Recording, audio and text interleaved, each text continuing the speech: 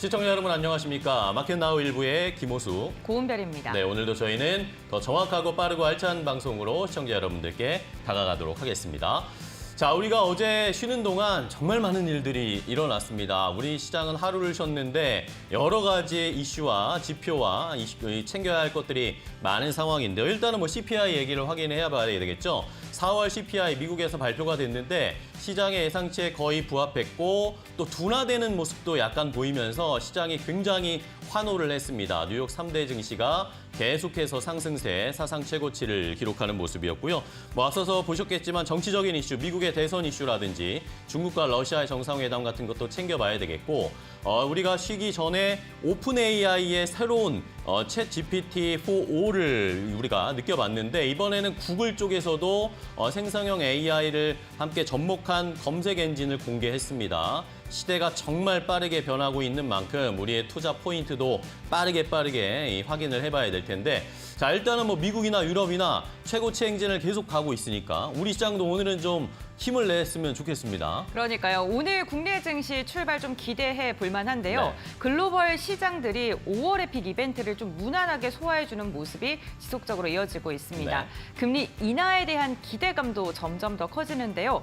9월 FOMC 회의에서 금리를 인하할 가능성이 65%에서 72%로 하루 만에 상승을 했습니다. 네. 그만큼 긍정적인 이슈 참 많고요. 체크해봐야 될 이슈도 많습니다. 우리 시장도 어떠한 영향을 미칠지 오늘도 저희가 알차게 정리해서 알려드리겠습니다. 네, 좋습니다. 이렇게 금리 인하에 대한 기대감이 커지고 있는 상황이기 때문에 이런 시점에 또 우리가 투자 어떻게 해야 할지 오늘도 여러 가지 포인트들을 준비해봤는데 먼저 이슈레이더에서는 최근에 실적 덕분에 분위기가 반전되고 있는 게임주들에 대한 투자를 한번 확인해 보겠고 그리고 2차 전지 셀 업체들도 이제 좀 봐야 하나 이 금리 인하의 수혜 받을 수 있을까 한번 짚어보도록 하겠습니다. 네, 이와 함께 우리 증시가 쉬는 사이 활활 타올랐던 미증시의 영향 오늘 국내 증시로 이어질지 체크해 보고요. 정말 다양한 이슈들이 있습니다. AI는 물론이고요. 아이폰 그리고 아스코까지 여러 가지 이슈들이 산재한 시장 속에 어떠한 포인트 잡고 접근해야 되는지 이에 대해서도 이야기 나눠보겠습니다. 네, 마지막으로 이코노미톡에서는 미국의 4월 CPI 저희가 확인을 했기 때문에 이걸 조금 더 자세하게 살펴보면서 미국이 앞으로 향후 금리 어떻게 결정할지 방향성 살펴보도록 하겠고 우리 시장에선 다음 주에 또 금통위가 있기 때문에 이것까지 미리 대비해보도록 하겠습니다. 네, 그럼 목요일도 함께하는 마켓나우 1부 지금 시작하겠습니다.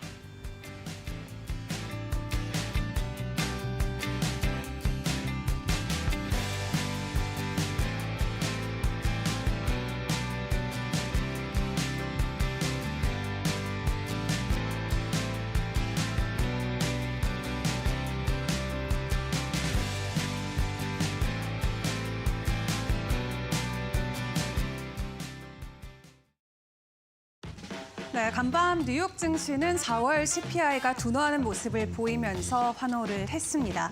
그 가운데 빅테크 관련주들이 일제히 상승 흐름을 보였고요. 테슬라와 아마존만 살짝 쉬어가는 모습이 나왔습니다. 일단 발표됐던 CPI 지표 먼저 확인을 해보시죠. 시장이 기대했던 만큼의 수치가 나오면서 금리 인하와 관련된 기대감이 다시금 살아나고 있습니다. 4월 소비자 물가지수는 전월 대비해서 0.3% 상승하는 모습을 보였고요. 전월 대비해서도 0.1% 하락하는 수치로 시장이 크게 반응을 했습니다. 월간 소비자 물가지수가 냉각된 것은 작년 10월 이후 6개월 만에 처음이고요. 특히 고무적인 것은 변동성이 큰 에너지와 식품 가격을 제외한 근원 소비자 물가지수도 전월 대비 0.3% 상승해 월가의 전망치와 일치했다는 부분이 되겠습니다. 이를 놓고 전문가들은 연준이 올 하반기부터 금리 인하에 나설 수 있다는 희망을 되살릴 만한 수치라고 평가했고요. 그럼에도 연준이 금리 인하를 고려하기 위해서는 핵심 소비자 물가가 하향세로 확고하게 접어들었다는 증거가 몇 달 더 필요할 수 있다라는 의견도 현재는 주목을 받고 있습니다. 결과적으로는 첫 금리 인하 시기까지는 여전히 시간이 필요하다라는 것으로 풀이가 될 수 있겠죠. 전문가들이 예상하고 있는 것처럼 장밋빛 전망이 실제로 일어날 수 있을지 계속해서 시장 분위기, 흐름들 파악을 해보시죠. 어제 또 미국과 중국이 스위스 제네바에서 인공지능 관련한 첫 정부 회담을 열었습니다.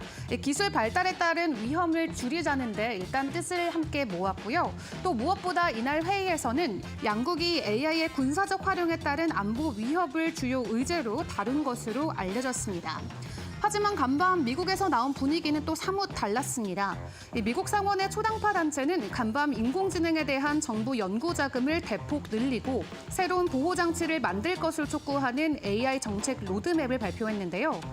이들은 중국이 AI 개발에 미국보다 10배나 더 많은 돈을 지출하고 있다면서 연간 최소 320억 달러의 정부 자금 지원이 필요하다고 주장했습니다. 일부 상원 의원들은 중국을 능가하는 동시에 AI 분야에서 미국의 지배력을 확고히 하기 위한 긴급 자금 증액이라면서 특히 국방 관련 AI에도 추가 예산 투자를 고려하고 있다고 덧붙였습니다. 바로 전날 중국과 이야기한 부분과는 사뭇 다른 분위기를 바로 보여줬고요. 한편 AI가 선거에 악영향을 미칠 수 있다라고 우려한 미 행정부는 부작용을 막기 위한 AI 법안도 현재 준비하고 있습니다. 이를 놓고 슈머 의원은 앞으로 몇 달 안에 이 법안이 마련될 것이다라고 밝히기도 했는데요. 중국과의 갈등이 심화되는 상황 속에서도 AI를 선제적으로 지휘하기 위한 움직임이 미국 정부에서도 계속 나오고 있습니다. 간밤에 나온 소식처럼 미국 정부가 추가적으로 AI에 대한 지원금을 늘린다라고 했을 때 관련 기업들의 수혜 또한 미리 대비를 해보시는 것도 좋을 것 같습니다. 이어서 다음 이슈도 확인해 보도록 하겠습니다. 중국 쪽에서 나온 반도체 관련 이슈입니다. 외신의 보도에 의해서 전해진 소식인데요. 중국의 두 반도체 업체가 인공지능 칩셋에 사용되는 HBM 반도체를 생산하는 초기 단계에 있다는 소식이죠. 중국 업체들은 HBM 개발에 필요한 장비 구매를 위해서 현재 한국과 일본 업체와 함께 정기적으로 접촉하고 있는 것으로 알려졌습니다. 해당 소식은 국내 반도체 기업들에게는 힘이 되는 소식이 되겠지만 미국 쪽에는 부담이 될 수밖에 없는 이슈죠. 중국 최고의 디램 제조업체인 CXMT는 칩 패키징과 테스트 회사인 통푸 마이크로 일렉트로닉스와 협력해서 샘플 HBM 칩을 개발해 고객들에게 보여줬다고 전해졌습니다. 그리고 또 다른 소식통에 따르면 미국이 국가 안보 위협으로 간주하고 제재하고 있는 화웨이 같은 경우도 오는 2026년까지 중국 내 다른 기업과 협력해서 HBM2 칩을 생산하는 것을 목표로 하고 있다고 합니다.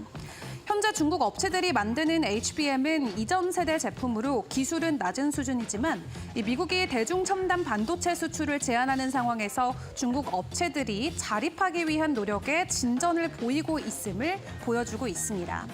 현재 HBM 시장은 한국의 SK하이닉스가 장악을 하고 있죠. 최근까지 AI 칩 거대 기업인 엔비디아에 대한 유일한 공급 업체였고요.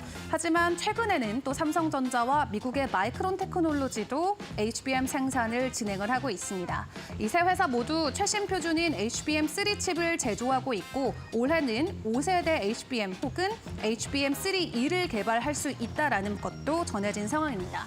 현재 이런 상황에서 중국 또한 도전장을 내밀었는데 AI 반도체 시장의 최종 승자는 누가 될 수 있을지 계속해서 지켜보시죠.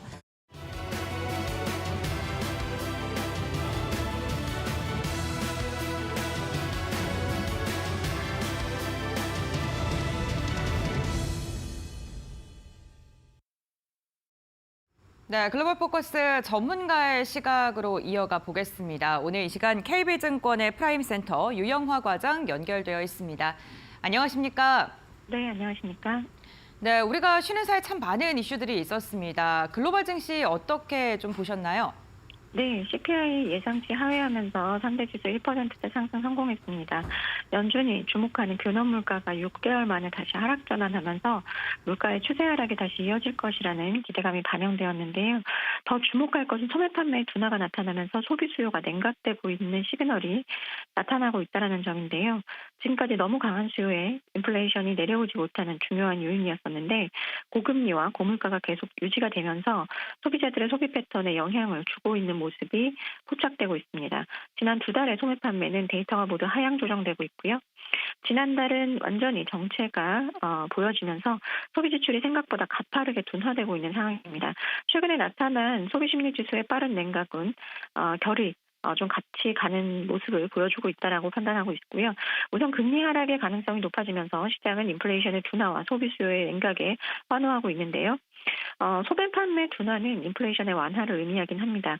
하지만 심각해질 경우 침체에 대한 우려도 살아날 수 있기 때문에 현재 소비의 둔화가 기업 실적 성장에 영향을 주는지까지 저는 시그널이 나타나게 되는지 모니터링을 반드시 해봐야 된다라고 보고 있고요. 다만 당분간 이어질 수 있는 위험 자산에 대한 선호, 긍정적인 상황은 인식을 할 필요가 있을 것 같고요. 이제 중요한 빅 이벤트는 다음 주에 있을 엔비디아의 실적 발표에 시장의 시선이 집중될 가능성이 높다라고 보고 있습니다. 네, 글로벌 증시는 금리 인하에 대한 기대감 속에 일자리 상승했는데 국내 증시 역시나 좀 기대해 볼 만할 것 같습니다. 어떻게 보십니까? 네, 미국 증시에서 반도체 강세를 보였기 때문에 국내 증시도 그러한 분위기 이어갈 가능성이 있다라고 보고 있고요. 최근에 빅테크 기업의 연이은 AI 기술 공개에 소프트웨어 쪽으로 지금 시장은 좀 주목을 하고 있습니다. 실제로 수급도 한글 컴퓨터라든지 이스트소프트, 의료 AI 쪽으로 수급이 좀 유입이 되고 있고요. 오픈 AI가 사람과 같이 사물을 인식하고 자연스러운 대화도 가능한 GPT-4.5를 공개를 했습니다. 기존 4 터보보다 성능이 개선됐고요.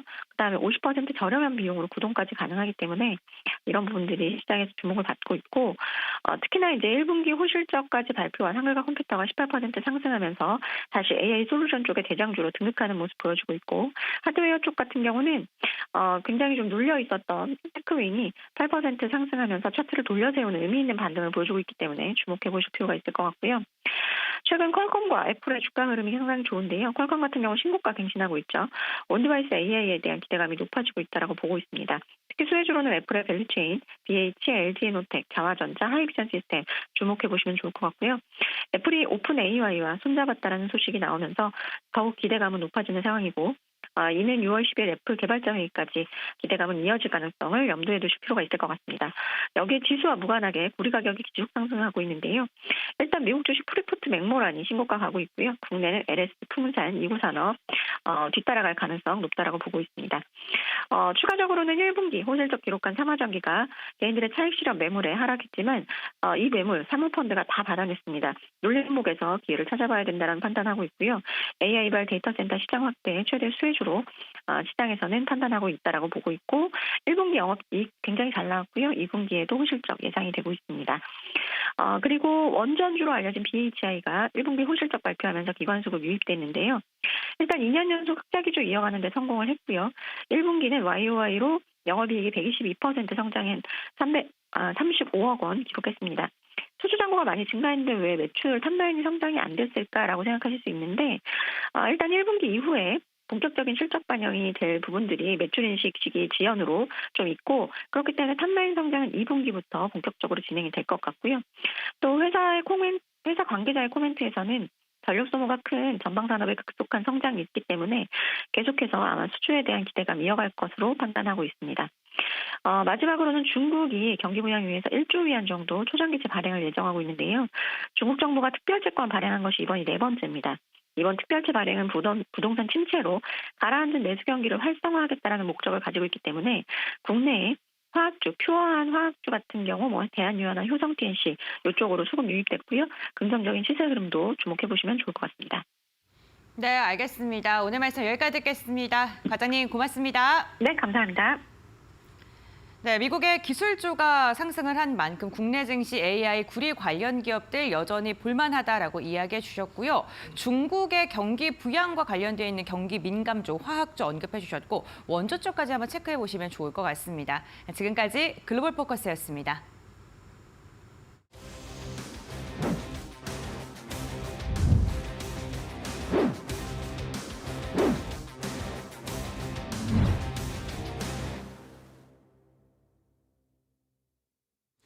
자, 이슈 레이더로 바로 이어가도록 하겠습니다. 오늘도 개장 전에 포착해야 할 이슈 함께 알아보고 종목 투자 전략까지 한 번에 알려드리겠습니다.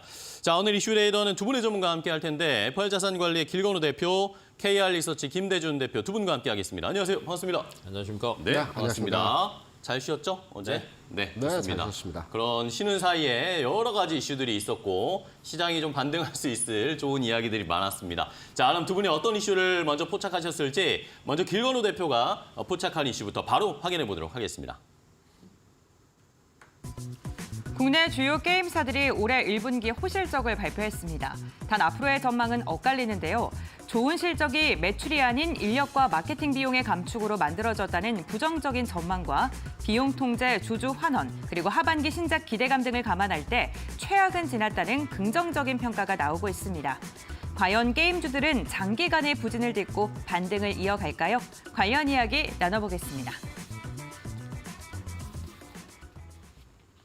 자, 첫 번째 포착한 이슈, 길건호 대표가 포착한 이슈는 게임주와 관련된 이야기입니다. 지난주에 게임주들의 실적 발표가 줄줄이 있었는데 실적 발표를 보니까 네. 우리가 뭐 눈높이가 워낙 낮아져 있는 상태였기 때문에 그렇긴 하지만 좋은 실적이 나왔어요. 이러면서 실적 기반에서 좀 올라가고 있는데 네. 근데 또 오늘은 중요한 것은 저희가 어제 쉴 때 이 CPI 보니까 미국이 금리 인하를 단행할 것 같다라는 이야기들이 많잖아요. 네. 그럼 결국에 오늘은 이 금리 인하 수혜를 받을 수 있을지도 중요할 것 같은데 게임주들도 이런 수혜 받을 수 있나요? 저는 둘 다 영향은 있다라고 봅니다. 그래요? 네, 첫 번째는 워낙 기저였고 네. 이제 기대감도 그러다 보니까 많이 낮아져 있었거든요. 근데 이제 실적 발표를 나온 걸 보니까 괜찮았어요. 대표적으로 이제 뭐 네오이즈 같은 경우가 컨센이 87억 정도 예상하고 있었는데 영업이익 기준으로 148억 정도 나왔고요. 엄청나게 나왔어요. 네, 컴투스랑 펄어비스 같은 경우는 적자 예상했는데 어찌됐건 흑자로 선방했고 NC도 한 139억 정도 컨센이었는데 257억. 그러니까 영업이익이 못해도 다 100억 원 이상은 다 세이브를 했단 말이에요. 그러다 보니까 나쁘지 않네. 가 조금 됐던 것 같고 그다음에 1위인 뭐 넥슨이랑 크랩톤 같은 경우에는요 어마어마했습니다. 크랩톤 같은 경우에는요 영업이익률이 47% 나왔습니다. 야, 네? 어마어마하다고 생각하시면 될 것 같고요. 그래서 그런지 실적 발표가 끝나고 최근의 흐름들을 보면은 실적 발표 나오면 세론이었거든요. 네, 근데 흐름들을 보시면 그렇게 많이 빠지지는 않았습니다. 그쵸. 네, 그래서 앞으로가 조금 더 기대될 수 있다라는 게 이제 첫 번째 관점이었고 쉬는 날 저는 괜찮았던 것 같습니다. 금리 인하에 대한 이야기들이 사실은 조금 너무 뒤로 밀리는 거 아니냐라는 것들이 불과 한 달 전만 해도 조금 지배적이었다라고 하면 이제 또 솔솔솔 그러니까요. 향기가 나다 보니까 그러면 야 게임주나 뭐 바이오나 뭐 이런 애들 또 다시 움직일 수 있겠다 하는 주변 환경까지 조금 조성이 되고 있다라고 그러니까요. 생각하시면 될 것 같고 그렇다라고 하면 실적이 왜 좋았을까도 저희가 생각은 해보셔야 돼요. 네, 왜 그러냐? 왜 그렇죠? 이게 일회성이라고 하면 사실은 별로 안 좋을 수도 그쵸. 있거든요. 게임주의 실적은 크게 보면 두 가지로 나눠집니다. 우선은 게임이 잘 팔려서 이게 첫 번째고요. 두 번째는요. 잘 아껴서입니다. 네, 근데 최근에 게임주들이 실적이 매출이 좋을 때는 상관이 없는데 안 좋을 때는 크게 영향을 받는 게 사실은 인건비가 굉장히 큽니다. 네. 네, 근데 최근에 게임 관련 직종을 하고 계신 분들을 보면은 옛날엔 게임 개발자들이 연봉이 굉장히 높았어요. 그렇죠. 매년 인상, 네, 그렇죠. 맞아요. 개발자 모시기 이러면서 모시기가 하다 보니까 네. 몸값은 더 연봉이 많이 올라가고. 올라가고 정말 많이 올랐는데 네. 최근에는 거의 플레이십니다. 아, 그런가요? 네, 또는 그 권고 사직 이야기들도 정말 많이 나오거든요. 아. 네, 그러다 보니까 이 효과가 2분기, 3분기에도 꾸준하게 나타날 수 있다라고 생각을 하시면 될 것 같고 야 그럼 게임 누가 만드냐? 정말 그러게요. 많은 사람들이 필요한데 AI의 발전이 게임에도 영향을 미쳤다라고 생각하시면 될 것 같고 지금 어느 정도 예를 들면 한 10명이 일하던 거를 AI가 어느 정도 보조를 하다 보니까 거의 이제 절반만 있어도 되거든요. 아, 이제 게임도 AI가 맡으니까. 어찌됐건 도와줍니다. 네. 옆에서 이제 많은 그래픽이나 뭐 여러 가지들이 굉장히 많이 필요한데 옆에서 이제 AI가 도입이 이제 본격화되면서 이런 것들이 조금 인건비가 많이 줄일 수 있는 주변 환경이 또 됐다라는 관점으로 보시면 좋을 것 같고 그다음에 이제 추가적으로 6월 달에 IPO 예정인 게임사가 또 하나가 떠 있습니다. 시프트업이라고 시프트업? 네, 여기가 신규 상장 예비 심사는 통과했거든요. 네네. 근데 이게 지금 스텔라 블레이드라는 게임이 있는데 일본에서 주간 판매 1위입니다. 네, 근데 이게 아마 6월 달에 또 IPO가 예정이 돼 있다 보니까 주변 환경들 굉장히 좋지 않습니까? 고질적인 인건비 문제도 어찌됐건 많이 빠졌고 그다음에 하반기 때 신작의 기대감들도 굉장히 많고 6월 달이 되면은 또 신규 IPO 종목도 생기고 그다음에 그러게요. 금리 인하 기대감까지 있다라는 관점으로 본다라고 하면은 게임주가 조금 조정이 됐을 때 추가적으로 관심을 가져보시는 것도 좋을 것 같습니다. 네, 좋습니다. 일단은 실적이 개선되는 모습을 보여줬고 어쨌든 시장에서 다시 좀 관심을 네. 받게 됐어요. 그런 것도 게임주들에게는 호재겠죠. 여기에다 금리 인하에 대한 기대감으로 전반적으로 그동안 좀 소외되어 있던 쪽도 반등할 수 있지 않을까 기대를 해보겠습니다. 그러면 일단은 게임주들의 흐름을 체크해봐야 될 것 같아요. 뭐 실적 발표하고 나서 일단은 좋은 모습이었는데 더 자세하게 어떤 흐름을 나타낼지 확인을 해봐야 할 텐데 게임주들 뭐 지난주에 실적 발표한 NC나 네오위즈나 컴투스나 펄어비스나 좋은 흐름을 나타내고 있을지 함께 주가의 흐름을 체크를 해보도록 하겠습니다. 고은별 앵커와 함께 확인해 보시죠. 네, 게임주들 정말 부진한 주가 흐름이 오랫동안 이어졌습니다. 킬러 콘텐츠 부재로 인해서 실적이 부진했고요. 주가가 꾸준하게 내리막길을 걸었었는데요. NC소프트는 실적 발표 전 16만 3,600원까지 떨어지면서 10년 만에 최저치를 기록했었고요. 펄어비스 역시나 52주 신저가를 갈아치우는 움직임이 포착되기도 했습니다. 다만 눈높이가 너무 낮아진 영향 때문일까요? 실적이 발표된 후에 주가는 오히려 상승으로 좀 방향을 튼 모습이었는데요. 다만 전거래일에는 게임주들 한 걸음 쉬어가는 움직임이 포착이 됐습니다. NC소프트 같은 경우에는 4% 이상의 상승으로 마감을 했고 5일 차트를 보더라도 꾸준한 상승 곡선을 그리고 있다는 게 특징적인데요. 컨센서스를 84%가량 상회하는 실적을 발표했죠. 체질 개선에 성공을 했다. 주주가치 재고를 위해서 다양한 자사주 매입 등을 시도하고 있다는 점이 긍정적인 평가를 받았습니다. 다만 다른 대형 게임주들은 전거래일만 본다면 좀 부진했던 흐름이었습니다. 펄어비스 같은 경우 흑자 전환에 성공했다는 소식 전해졌지만 한 걸음 쉬어가는 움직임이었고요. 크래프톤도 0.9%가량의 하락을 했습니다. 올해 34%가량 상승을 했는데 이로 인해서 차익 매물이 조금 나온 것으로 보이고요. 넷마블 같은 경우에는 3% 이상의 강한 하락이 나왔습니다. 특히나 간밤에 CPI 지수가 발표가 되고 비트코인이 상승을 한 만큼 위메이드 같은 경우 오늘 좀 반등을 기대해 볼 만도 한데요.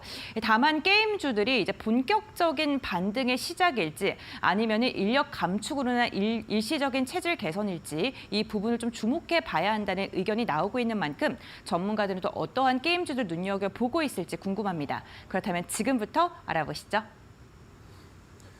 자, 이렇게 게임주들의 주가 흐름을 함께 확인을 해봤는데 어쨌든 뭐 실적 발표하고 화요일 날은 조금 쉬어가긴 네. 했습니다만 전반적으로는 좀 바닥에서 이제 반등하려는 움직임들이 나타나고 있어요. 그럼 이 중에서 게임주 하나 고르고 싶으신 시청자분들 많으실 것 같아요. 네. 어떤 거 볼까요? 넷마블 한번 보시면 좋을 것 같습니다. 넷마블이요? 네. 이유인 즉슨 네. 그 넷마블의 실적이 어찌됐건 2분기, 3분기, 4분기 이어갈 거냐 이게 메인 포인트잖아요. 이어갈 수 있을 것 같습니다. 그렇습니까? 우선은 이제 2분기 실적이 조금 당장 앞에 조금 기대가 되는 게 그 나 혼자만 레벨업이라고 웹툰 보셨어요? 보지는 않았어요. 아 그래요? 143억 뷰. 네, 엄청나다고 네, 하던데. 어마어마하고요. 보셨어요? 나온 지는 저는 그래갖고 이거 사실은 저희가 전문가들이 모르는 거 많습니다. 막 걸그룹 누군지도 모르고 몇 명인지도 모르고 이름도 모르고 뭐 웹툰 나와도 정말 시장이 좋다라는 건 아는데 모르는 거 많거든요. 근데 너무 궁금해서 보셨어요? 봤습니다. 어, 네, 근데 보니까 인기가 많은 이유를 알겠다. 그래요? 네, 그리고 그 이후에 웹툰 시장에서도 보면 이런 컨텐츠 비슷한 걸로 많이 만들어지더라고요. 그만큼 흥행은 어느 정도 보증수표다. 근데 이게 게임으로 나왔습니다. 8일 날 나 혼자만 레벨업 어라이즈라고 나왔는데 첫날 매출만 140억 나왔고요. 이야. 네, 국내에 당연히 매출 순위 1위고요. 해외에서도 지금 차트 거의 다 상위권이에요. 네, 그리고 사전 예약자만 1,500만 명이었습니다. 그러니까 실적 자체가 괜찮다라고 보여집니다. 왜냐면 지금 첫날 DAU가 500만 명이었어요. 네, 그래서 이게 아마 2분기 실적은 끌고 가지 않을까라고 예상이 되고 있고 사실 이제 게임주에서 가장 메인 포인트는 킬러 컨텐츠입니다. 그렇죠. 킬러 컨텐츠가 얼마나 많이 가지고 있느냐가 굉장히 중요한데 방금 전에 얘기했던 나 혼자 레벨업 시리즈도 있고요. 29일 날 기존에 이제 레이븐이라고 해서 넷마블에서 장사 잘 됐던 애가 있습니다. 네네. 근데 얘가 2가 29일 날 또 출시됩니다. 그래서 기존 시리즈 대비해서 기존의 유저들이 2로 또 많이 넘어갈 수 있기 때문에 여기에서 또 플러스 알파. 근데 이제 여기서 안 끝나고 넷마블의 올해를 좀 칼을 간 것 같습니다. 상반기에만 지금 대형 3개의 신작을 오픈을 했는데 하반기에만 또 4개 오픈합니다. 그래서 이 주기별로 꾸준하게 모멘텀을 또 가지고 있다는 게 굉장히 중요하거든요. 근데 지금 최근에 이제 앞에서 고은별 앵커님이 그 차트 5일선 차트 보여줬잖아요. 네네. 살짝 꺾였어요. 그러게요. 그 쉬는 타이밍 한번 노려보시는 것도 저는 괜찮지 않을까라고 네. 생각하고 있습니다. 좋습니다. 자, 이렇게 넷마블 어쨌든 이번 주에는 월요일, 화요일에는 조금 조정을 받았어요. 그런데 뭐 말씀을 해주셨지만 신작 기대감들이 계속 연이어서 있는 상황이어서 분위기 반전을 좀 시키는 것 같은데 자, 사실 1분기 실적 보고 저는 약간 이 정도밖에 안 나오나라는 생각을 하긴 했거든요. 그게 좋은 겁니다. 그런가요? 왜냐하면 만약에 1분기 실적이 너무 좋았어요. 네. 고점일 거예요. 그러면 워낙 이제 바닥에 있다가 반등을 하면 항상 1차 저항선에서 멈칫합니다. 왜 그러냐? 오래 쉬었으니까. 네. 야, 얘들이 체력이 될까라는 고민을 할 수밖에 없는데 지금 대략 이제 실적이 바닥에서 그래도 회복은 했지만 그렇게 높지는 않았어요. 그럼 저는 상승 탄력은 훨씬 더 많다라고 보고 있고 지금 1분기 실적 끝났거든요. 그쵸? 그러면 2분기, 3분기입니다. 그러면 2분기, 3분기의 신작과 매출 상승폭이 가장 클 수 있는 종목을 고르셔야 돼요. 그러면 이제 많은 기업들이 있지만 뭐 그중에서도 저는 넷마블이 그 상승폭은 가장 클 것으로 예상하고 있습니다. 네, 좋습니다. 자, 넷마블 말씀해 주신 것처럼 뭐 1분기 실적이 약간 뭐 수치가 조그맣게 나왔지만 오히려 2분기 실적을 확인할 수 있을 때 그때 더 증가율 면에서는 훨씬 더 반사이익을 더 볼 수 있을 거다라는 그런 기대감을 말씀을 해주셨어요. 넷마블 이렇게 골라주셨고요. 자, 이번에 김대준 대표님도 오래 기다리셨는데 네. 게임주 중에 어떤 종목 공략해보면 좋을까요? 일단 게임주 우리 김건우 대표가 자세하게 설명을 해주셨는데 네. 시장 환경이 좋아져서 최근에 상승이 나오는 것이 아니고요. 앞서 말씀드린 대로 비용 축소나 구조조정을 통해서 감소된 그 재무적 측면에서의 흐름 때문에 최근에 상승이 나타나고 있습니다. 그래서 기본적으로 게임주에 대한 전반적인 상황은 네. 아직 산업 전체가 전환되지는 않았다라는 측면으로 이해를 하시면 될 것 같고요. 다만 가격적인 측면에서는 예를 들어서 NC소프트 같은 경우에 21년 초에 100만 원 수준이었거든요. 그렇죠. 이 가격이 16만 원까지 내려오면서 PBR 기준으로 1.3%입니다. 그래서 가격적인 측면에서는 바닥을 찍었다라고 저는 개인적으로 판단을 합니다. 그래서 지금 1차적인 상승의 흐름이 나타나는 것은 이전에 그 비용 축소와 구조조정을 통해서 가격 형성에서의 진행이 나타나고 있다는 측면으로 해석을 할 때 지금 시점에서 관심을 가져가는 것보다는 이후에 조정 단계에서의 흐름이 나타날 거거든요. 그러면 이 조정 단계에서 관심을 가져야 되는데 그럼 어떠한 종목을 관심을 가져야 될 그러니까요. 것이냐. 두 가지 관점으로 게임주는 구분해서 진입을 하시면 됩니다. PC형 게임이냐, 모바일 게임이냐. PC형 게임은 기복이 심합니다. 시장 상황 환경에 따라서 실적이 좋았다가 실적이 나빠졌다 이런 현상들을 많이 보여줍니다. 반면에 제가 관심을 가지고 있는 업종의 종목은 모바일 게임의 모바일 종목입니다. 모바일 게임의 종목들은 주로 이제 그 매출이나 실적 자체가 이제 무료 박리담회형 광고 형태로 해서 실적치를 형성을 하거든요. 그래서 시장 상황에 크게 변동하지 않습니다. 환경이 전환될 때는 가격의 전환이 나타나 있지만 가격적인 측면에서 계속 그 시장 주변 환경이 안 좋을 때는 횡보하는 흐름에서의 모습을 보여주거든요.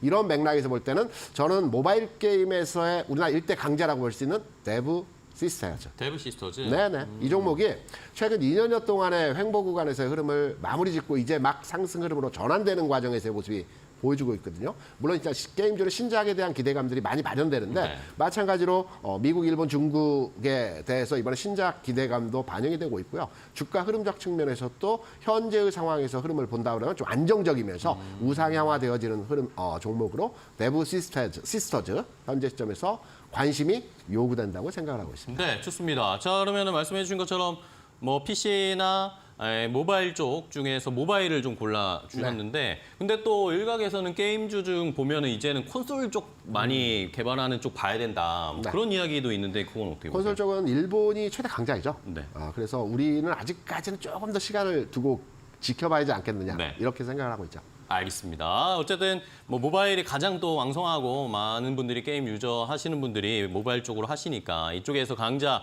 좋은 또 쿠키런 관련돼서 뭐 좋은 컨텐츠를 가지고 있죠. 데브 시스터즈까지 함께 확인을 해보면서 한 종목씩 드렸어요. 좀 큰 종목 넷마블과 데브 시스터즈 작은 종목 하나씩 드렸으니까 시청자분들이 잘 한번 판단하셔서 결정하시면 되겠습니다. 자, 첫 번째 게임주들에 대한 투자 전략을 세워봤고요. 자, 이번에는 두 번째 이슈로 바로 이어가겠습니다. 김대준 대표가 포착한 이슈는 뭘까요? 바로 공개하겠습니다. 전기차 산업이 정체기에 접어들었다는 부정적인 시선에도 불구하고 올해 1분기 22% 성장했습니다. 증권가에서는 테슬라 등 글로벌 전기차 기업의 환경이 개선되는 4분기부터 업종의 반등이 이뤄질 것이라고 보고 있는데요. 다만 미국 대선을 앞두고 미국 정부의 중국 관세 폭탄은 불확실성으로 남아 있습니다. 2차 전지 깊은 쉼을 뒤로하고 달릴 수 있을까요? 관련 이야기 나눠보겠습니다. 자, 두 번째 포착한 이슈는 김대중 대표가 가지고 온 이슈입니다. 2차 전지 관련 종목들의 흐름을 봐야 된다라는 이야기인데, 자, 2차 전지가 조금 이제 작년에 엄청나게 뜨거웠던 거 이후로 조금 식은 상태이기도 한데, 그런데 오늘 또 뭐 앞서서 말씀드렸지만 금리 인하에 대한 미국에서의 금리 인하 가능성들이 높아졌습니다. 그렇죠. 이것도 체크를 해봐야겠죠. 네. 2차 전지 관련 종목들도 금리 인하의 수혜를 받을 수 있을까요? 당연히 받고요. 네. 지금 현재 2차 전지 업종에 대한 전반의 그 주변 환경에서의 내용들을 판단해 보게 되면 좋은 얘기가 하나도 없어요. 다 나쁜 얘기밖에 없습니다. 그러니까요. 그럼 제가 오늘 시간에는 배터리 산업, 2차 전지 산업에 대한 좋은 얘기들을 쫙 열거해서 설명을 드려보겠습니다. 오. 한번 반박을 한번 해보시기 바랍니다. 좋습니다. 2차 전지 산업 자체에서의 최근 성장률 자체는 이번 1사분기 20% 정도 성장을 했거든요. 네. 지난해까지 해서 최근 40%씩 성장을 했습니다. 이게 엄청난 겁니다.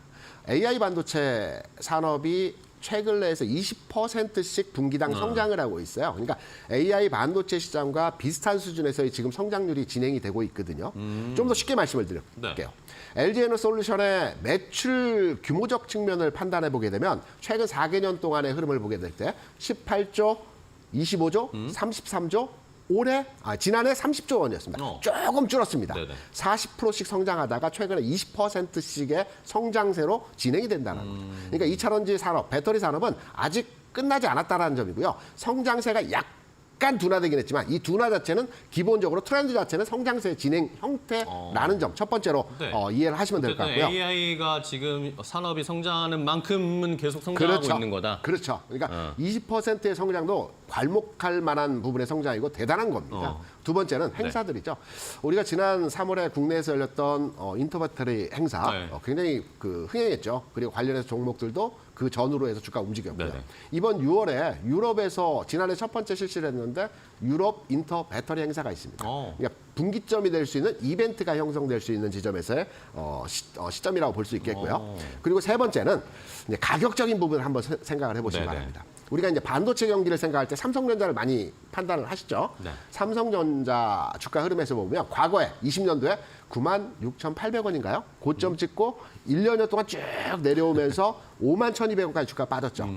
통상적으로 산업과 연계된 주가의 흐름에서 산업 자체가 피크를 찍고 저점을 찍을 때의 가격 형성은 한 50% 정도의 조정을 받습니다. 네. 삼성전자도 반도체 경기가 피크였고 저점을 찍는 구간에서 96,800원에서 51,200원까지 고점과 저점을 찍었고요. 하이닉스도 아마 비슷한 14만 원에서 7만 5천 원까지 하락했던 것으로 판단하고 있습니다. 또 2차 전지 업종의 종목들도 LG에너솔루션도 마찬가지로 최근에 가격적 측면에서 본다면 한 반전, 50% 정도 주가 조정을 받은 상태에서 바닥을 지난 2월, 3월에 찍었습니다. 삼성 SDI도 마찬가지고 산업 전체적인 흐름에서 이 피크와 저점을 찍을 때 가격적인 부분 한 50% 정도 조정을 받는 흐름에서의 모습을 보여주는데요. 그럼 가격적인 부분은 충족됐다. 그러면 시점적인 부분에서의 타이밍을 우리가 잡아야 되겠죠. 네. 2차 전지 산업이 언제 살아날 것이냐.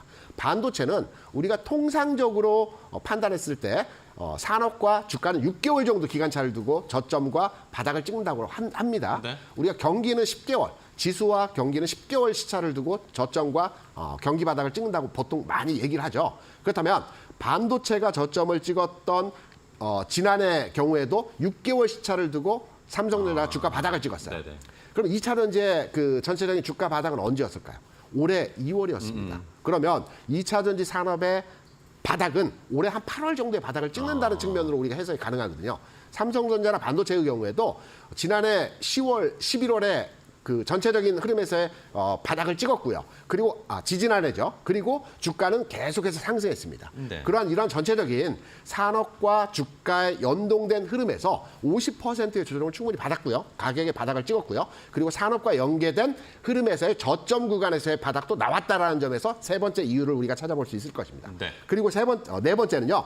네. 최근에 셀사 중심으로 해서 LG에너솔루션이나 삼성 SDI 같은 종목들에 대해서 4월 중순부터 기관 투자자들이 계속해서 매수를 하고 있습니다. 이 부분도 우리가 눈여겨 네. 봐야 될 부분입니다. 여기에 원재료 가격인 리튬 가격도 연초 대비 30% 올라갔죠. 그리고 테슬라도 일부 상승이 나오지만 반등의 흐름이 진행되고 있습니다. 이런 6, 7가지의 흐름을 판단해 볼 때 네. 과연 여기에 반박할 내용에서의 흐름이 있을까요? 네. 반박할 거 없네요. 반박할 건 없고요. 저도 이제 약간 이제 관심이 가는 2차 전지 쪽에 대한 관심이 있는 걸 보면 네네.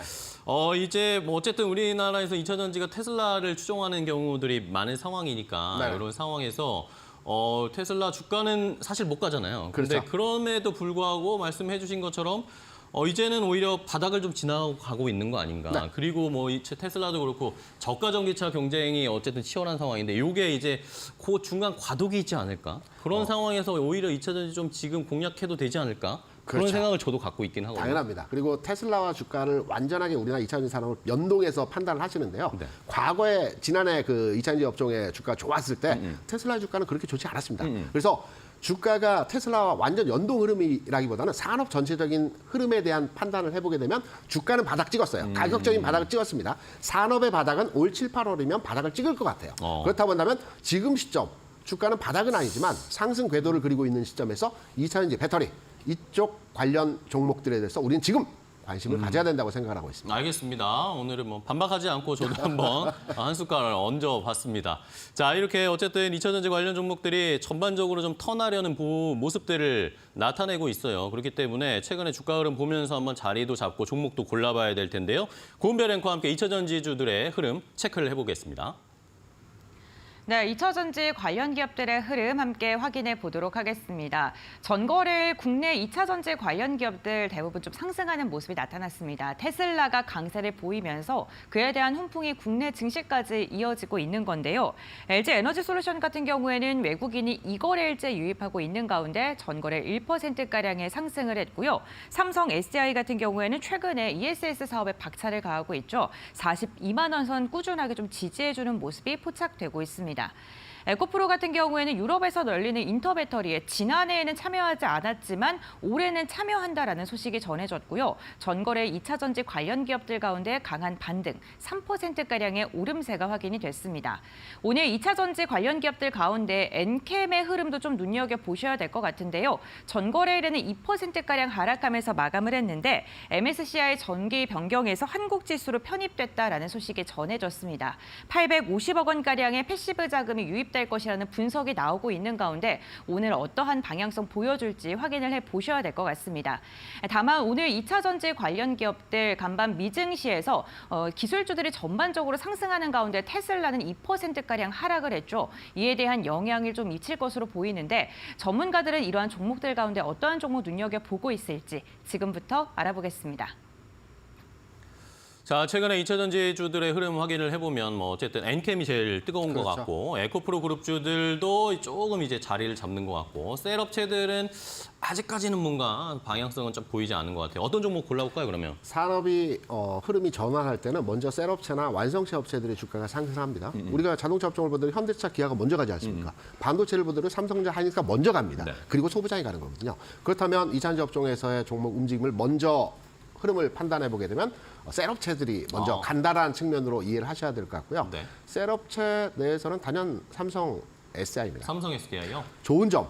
제가 오늘은 너무 많기 때문에 한 두세 가지만 잘라서 말씀을 핵심만. 드리겠습니다. 네. 지난해 성장률을 보게 되면 LG에너지솔루션이 전체적인 6%대의 상승을 보였어요. 성장을 했어요. 네. 반면에 삼성 SDI는 30%가 넘는 성장세를 보였습니다. 삼성 SDI는 배터리 산업에 대해서 투자를 하고 진행하고 있지만 휴대폰 배터리에도 강점을 가지고 있죠. 네네. 그리고 우리가 지난 3월에 인터배터리 행사에서 확인했지만 전고체, LFP, 그쵸, 전고체. 새로운 신사업에 대해서 투자하고 가장 빠르게 진행한다라는 점도 우리가 눈여겨봐야 될 것 같고요. 삼성그룹이 어떤 그룹입니까? 베스트 팔로워라고 하죠. 빨리 따라가는 거죠. 빨리 따라가는 겁니다. 마찬가지로 삼성 SI도 이런 베스트 팔로워 측면에서의 진행하고 있다는 점. 그리고 실적치 부분에서도 전체 2차 전지 업종의 종목들이 지난해 1분기 그렇게 좋지는 않았지만 삼성 SDI에 가장 괄목할 만한 실적 흐름에서의 내용들이 진행이 되고 있습니다. 네네. 이런 맥락에서 본다면 당연 2차 전지 종목을 관심을 갖는다면 셀업체 중에서 삼성, SI에 대해서 관심을 가져야 될 것으로 판단되고 있고요. 그럼 가격적으로 한번 우리가 판단해 볼까요? 그럴까요? 애매합니다. 가격적으로 보면 지금 사야 될까 조정받으면 사야 될까 고민이 많으실 텐데요. 제가 앞서서 2차전지 업종의 전체적인 바닥은 셀사 중심으로 해서는 바닥 찍었다라는 말씀드렸죠. 그럼 충분히 주가가 조정하기를 기다려서 사는 것보다는 제가 판단할 때는 43만 원 정도면은 충분히 진입 가능 구간에서의 흐름이고요. 그리고 SI 같은 경우는 최근 내에서의 가장 강력한 지지 저항선이었던 46만 원, 7만 원 이 가격을 돌파하게 되면 새로운 추세대가 형성됩니다. 그래서 지금 시점에서는 43만 원대에서 공략을 해서 일단 짧게 47만 원, 6만 원 요 수준까지의 목표치로에 접근을 해보신다라는 측면으로서 한 오늘 가격에서 2, 3%, 1, 2% 가격을 약간 낮춰져가지고 아직은 본격적인 흐름이 진행되지 않았기 때문에 네. 진입하셔서 47만 원 목표가 수준으로 접근을 해보시면 될 것 같습니다. 네, 알겠습니다. 삼성 SDI를 골라주셨어요. 셀 업체 중에 뭐 역시 실적이나 뭐 탄탄한 성장성이 가장 좋은 상황이고 SK 온 같은 경우에는 뭐 적자 이야기가 좀 네. 리스크가 있는 것 같고 LG 에너지 솔루션보다는 삼성 SDI 그렇죠. 고르신 거죠. 자, 그런데 갑자기 또 저 생각난 게 네.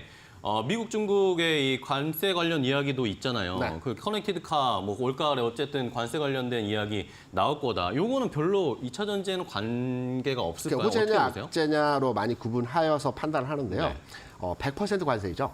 그런데 기존의 관세가 25%였습니다. 기존에도 굉장히 높은 관세율이었는데 100%나 25%나 의미가 없다라고 시장에서는 평가를 하고 아, 예. 있더라고요. 그래서 이거는 그냥 립 서비스 차원에서 중국 견제 차원에서의 메시지이기 때문에 시장 영향도는 크지 않을 것이다. 이렇게 해석하고 있는 부분들이 많습니다. 알겠습니다. 미국, 중국 관세 이야기까지 체크를 해주셨어요. 자, 그러면은 2차 전지 관련 종목 길 대표님께도 여쭤봐야겠습니다. 네. 어떤 종목 보고 계세요? 저는 소재가 낫다라고 소재 봅니다. 쪽으로? 이제 시장의 평가라는 게 저는 굉장히 중요하다라고 보는데 최근 들어서 사실은 2차 전지 쪽에서 성장성을 가지고 가는 게 뭘까라는 걸 저희가 한번 네. 고민을 해봐야 되거든요. 그러면 성장성이 조금 많이 나오는 게 최근에 전해액 쪽에서 각종 첨가제에 대한 매출이 많이 늘었어요. 네. 그러다 보니까 이거에 대한 성장성 얘기도 잘 나와서 엔캠도 잘 가는 거고요. 그 다음으로 또 잘 가는 게 실리콘 음극재가 잘 음극재? 갑니다. 왜냐면 지금 이게 이제 저희가 앞에서도 이제 대표님도 성장성 계속 얘기를 했는데 음극재 시장이 지금 매년 34%씩 꾸준하게 성장하고 있습니다.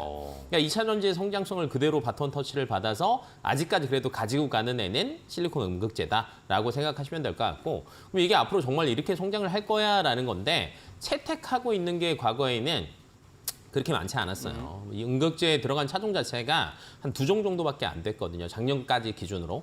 근데 이제 올해 넘어가면서 한 9종까지는 늘어날 것으로 예상이 네네. 됩니다. 그러면 2종 하던 게 9종 되고 9종 하던 게 많이 팔리면 당연히 매출은 늘어나는 구조다라고 생각하시면 될 것 같고 그러다 보니까 많은 기업들이 실리콘 음극재에 대한 증설을 계속하고 있어요. 근데 이게 빨리 돼봤자 내년, 내후년인 기업들이 대부분입니다. 그러면 지금 딱 양산을 해서 가동하고 있는 게 대주전자재료랑 한솔케미칼밖에 없어요. 네, 근데 한솔케미칼은 캐파가 750톤밖에 안 됩니다.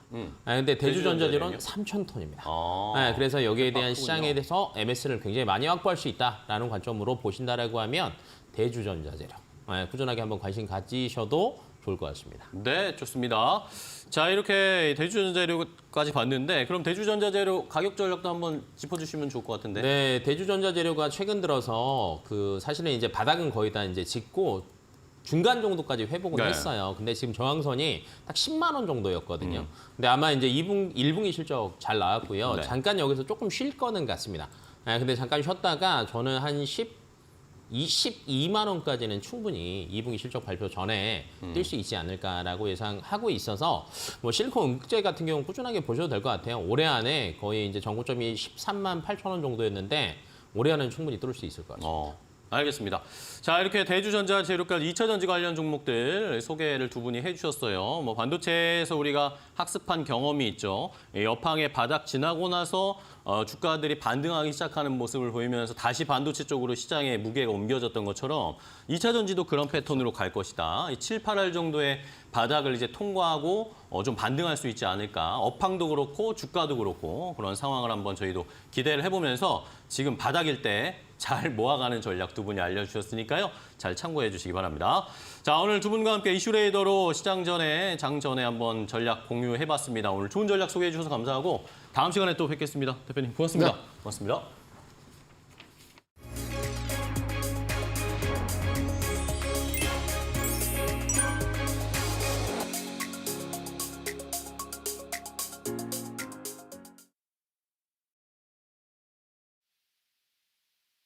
시청자분들 반갑습니다. 매일 아침 상한가를 꿈꾸면서 일어나는 민경철 전문가 인사드리겠습니다. 제가 이번 주 초반에는 어제 월요일만 하더라도 지수가 많이 하락이 나왔기 때문에 이 금리 인상에 대한 불확실성, 그리고 CPI, PPI 이런 미국의 경제 지표가 어떻게 나오는지에 따라서 주식시장에서는 불확실성으로 인해서 불확실성이 어떻게 보면은 가장 큰 악재라고도 볼 수 있는데, 그래서 그 불확실성이 거치면서 목요일, 금요일 좀 강세를 전망을 해드렸는데요. 좀 다행히도 이제 CPI 지수 발표 이후에 9월달 금리 인하 가능성이 71.9% 수준으로 높아졌습니다.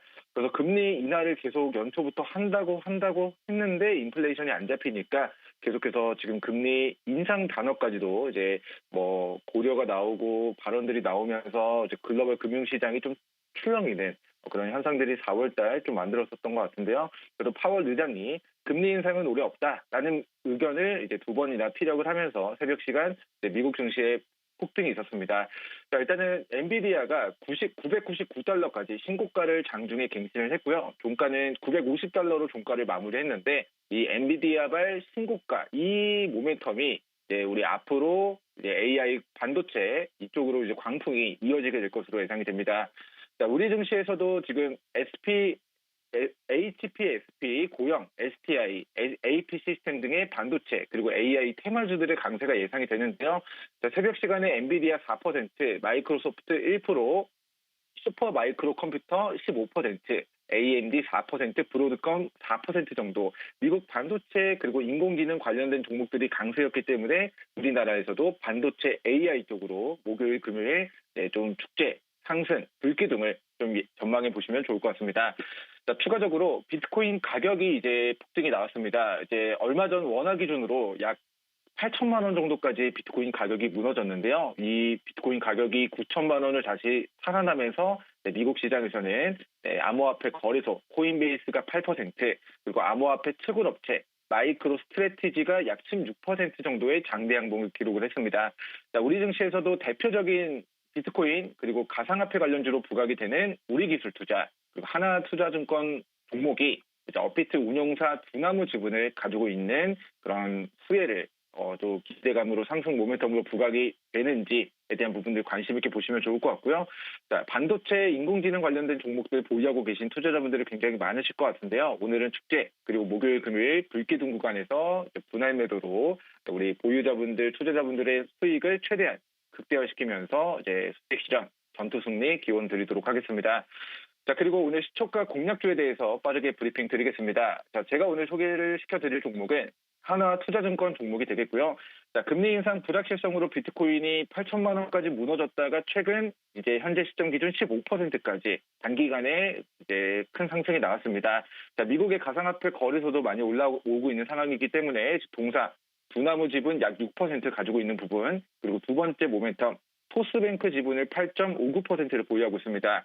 한 몇 달 전에 토스뱅크가 또 신규 성장을 추진한다라는 이슈 때문에 우리 토스뱅크 관련된 테마주들을 한번 움직였었던 부분들이 있는데요. 첫 번째는 비트코인, 두 번째는 토스뱅크 상장, 그리고 세 번째는 증권주 특성상 금리 인하 타이밍의 수혜가 전망이 되고요. 마지막으로는 기업 가치 대비 저평가되어 있는 상황이니까 매수가는 시초가 이하, 손절가는 3,150원, 그리고 목표가는 3,700원까지 상승을 충분히 노려보시면서 시초가 우리 공략주로 시청자분들이 관심 있게 보시면 좋을 것 같고요. 자, 화요일에 이제 시초가 공략주로 소개를 시켜드렸던 AP 시스템 종목 또한 우리 지난주가 아니죠. 휴일 전에 3%가량 올랐다가 빠지면서 다시 매수하기 좋은 가격이니까 이 부분까지도 함께 체크해 보시면 좋을 것 같습니다. 감사합니다.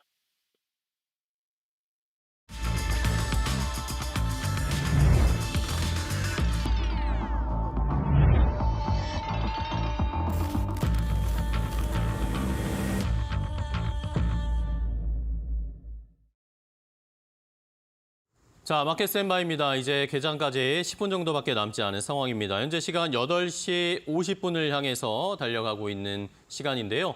자, 오늘 시장 같은 경우에는 반등이 좀 예상되고 있습니다. 우리가 어제 쉬는 동안 미국의 CPI가 발표가 됐는데 시장이 예상했던 수치 그리고 좀 둔화되는 모습이 나타났기 때문에 금리 인하에 대한 가능성들이 다시 높아지면서 뉴욕 3대 지수가 사상 최고치로 거래를 마감했습니다. 여기에다가 CPI뿐만 아니라 미국의 소매 판매도 저희가 체크를 해야 되는데 미국의 소매 판매도 역시 좀 둔화되는 국면이 나타냈기 때문에 금리 인하에 대한 가능성에 조금 더 한 걸음 더 가능성들이 높아진다라는 평가들이 나왔습니다. 자, 이러면서 뉴욕 3대 지수 상승, 우리 시장도 이제 2,800선을 향해서 달려간다라는 목표치가 이제 찍히는 모습인데 과연 오늘 시장 어떻게 출발할지 더 자세하게 마켓 스탠바이로 알아보겠습니다. 오늘은 레몬 리서치의 이상엽 이사, 퍼스트 프라임 리서치 손효로 팀장, 그리고 고은별 앵커와도 함께하겠습니다. 안녕하세요. 반갑습니다.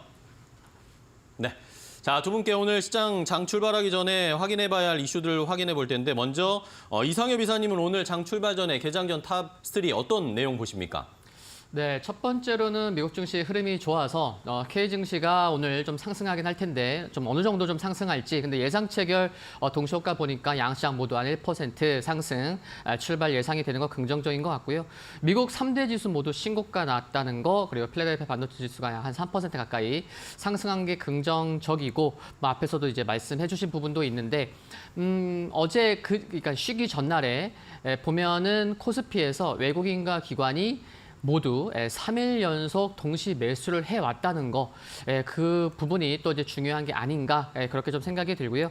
두 번째는 상대적으로 코스닥이 부진합니다. 많은 분들 체감하실 텐데 올해 들어서 코스피는 한 2.8% 상승하고 있는 반면, 연봉 보시면 되는 거죠. 그리고 코스닥은 반면에 한 0.5% 하락하고 있거든요.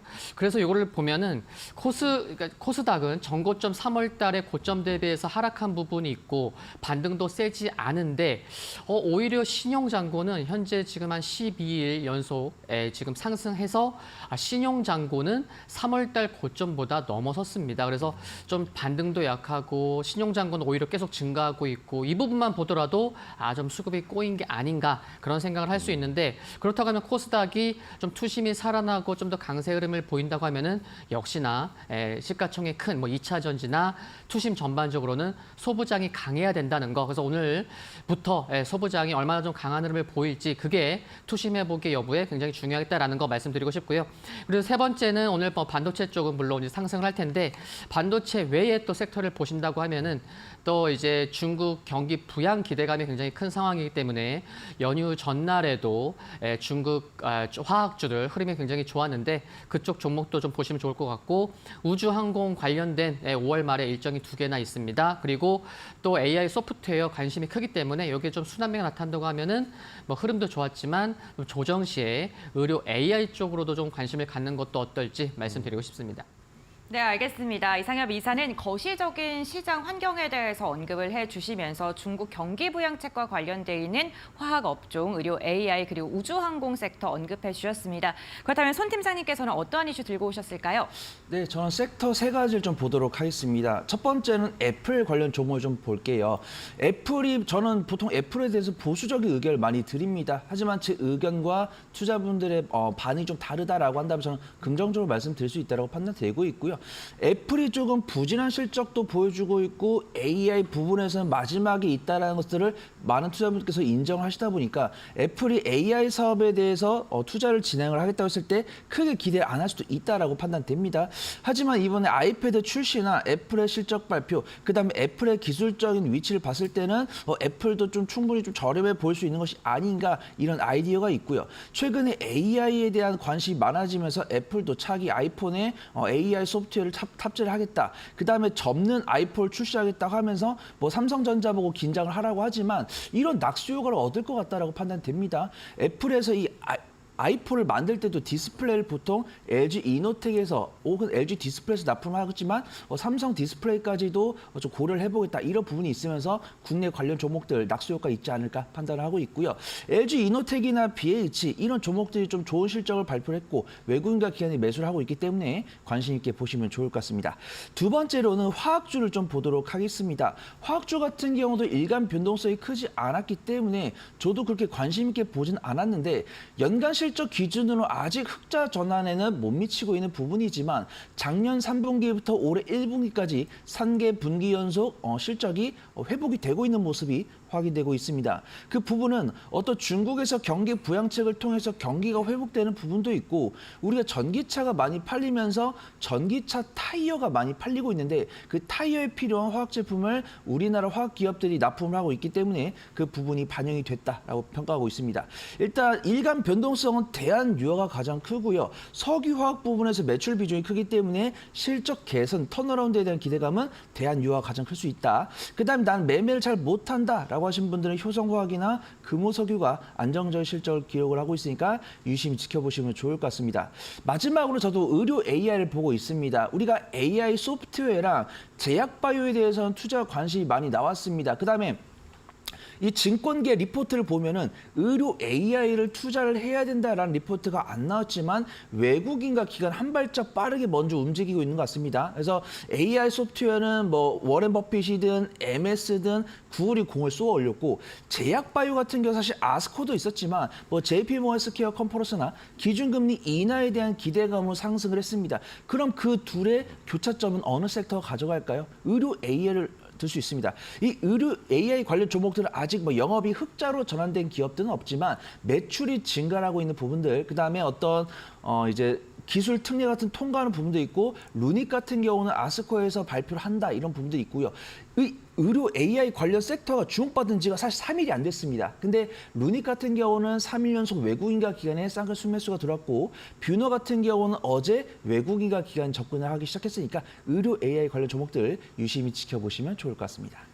네, 좋습니다. 두 분이 이렇게 개장 전 탑3 내용을 골라주셨는데 오늘 시장 뭐 간밤에 미국이나 유럽이나 전부 다 사상 최고치를 기록하면서 거래를 마감했는데 우리도 이런 상황을 이어갈 수 있을까요? 우리 시장은 어떻게 출발할지 동시효과 상황 일단은 분위기 좋습니다. 양시장 모두 갭상승할 것으로 보이는데 더 자세한 동시효과 상황 고은별 앵커와 확인해 보도록 하겠습니다. 네, 5월 16일 국내 증시 예상 체결 지수와 가격 함께 확인해 보겠습니다. 간밤 미국 증시 3대 지수가 일제히 사상 최고치를 경신하면서 금리 인하에 대한 기대감이 주가 상승으로 이어졌던 하루였습니다. 이에 대한 훈풍을 국내 증시가 고스란히 받으면서 출발될 것으로 보이는데요. 유가증권 시장 1% 넘게 상승한 2,760선 지날 것으로 보이고요. 코스닥도 오랜만에 강한 반등 나옵니다. 오늘 870선 웃돌면서 시작을 할 것으로 보입니다. 오늘 대형주들의 상승이 눈에 띌 것으로 보이는데요. 코스피 200 같은 경우에는 1.3%가량 갭을 띄우면서 출발할 것으로 보입니다. 시가총액 상위 기업들의 출발 상황도 함께 확인해 보겠습니다. 먼저 1위부터 5위권의 예상 상황인데요. 오늘 반도체 관련 기업들의 흐름 굉장히 좋게 출발할 것으로 보입니다. 삼성전자가 최근에 SK하이닉스 대비 좀 부진한 주가의 움직임이 나왔었습니다. 일봉상으로 봤을 때 4거래일 연속 음봉으로 마감을 했었는데 오늘 같은 경우에는 2.3% 상승 출발하면서 8만 전자 다시금 탈환할 것으로 보이고요. SK하이닉스 역시나 2.9%, 3%에 가까운 상승 출발을 알리면서 지금 19만 원 선은 시원하게 웃돌면서 출발될 것으로 보입니다.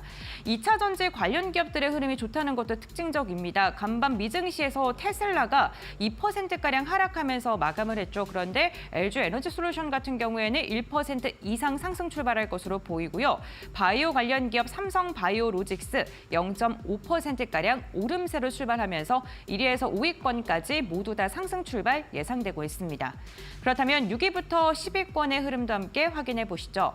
네, 오늘 시가총액 10위권 내에서 KB금융을 제외하고는 9가지의 종목이 모두 상승 출발할 것으로 보이는데요. 완성차 관련 기업들은 지수 대비 상승폭이 그다지 크진 않습니다. 0.4%, 0.5%가량의 상승으로 출발할 것으로 보이고 셀트리온 1% 넘는 강세가 예상됩니다. KB금융의 하락세가 특징적입니다. 저 PBR 관련 기업들 전거래에도 금융주들 흐름 좋지 않았는데 오늘도 역시나 KB금융 시세 차익이 다소 나오면서 4% 이상 하락 출발할 것으로 보입니다. 다음으로는 코스닥 시가총액 상위 기업들의 출발 상황도 함께 보시죠. 네, 1위부터 5위권 모두 다 상승 출발 예상되는 가운데 HLB가 오늘 4% 이상의 상승으로 출발될 것으로 보입니다. 현지 시각으로 오늘이죠. 16일 미국 FDA의 결과가 이제 발표가 될 것으로 보이는데 이에 대한 기대감 나오고 있는 것으로 보이고요. 6위부터 10위권도 간단히 보시죠. 6위권부터 10위권은 혼조세 나오는 가운데 리노공업 제외하고 셀트리온 제약 2% 이상의 상승, HPSB 4% 상승 출발 예상됩니다. 그럼 국내 증시 출발합니다.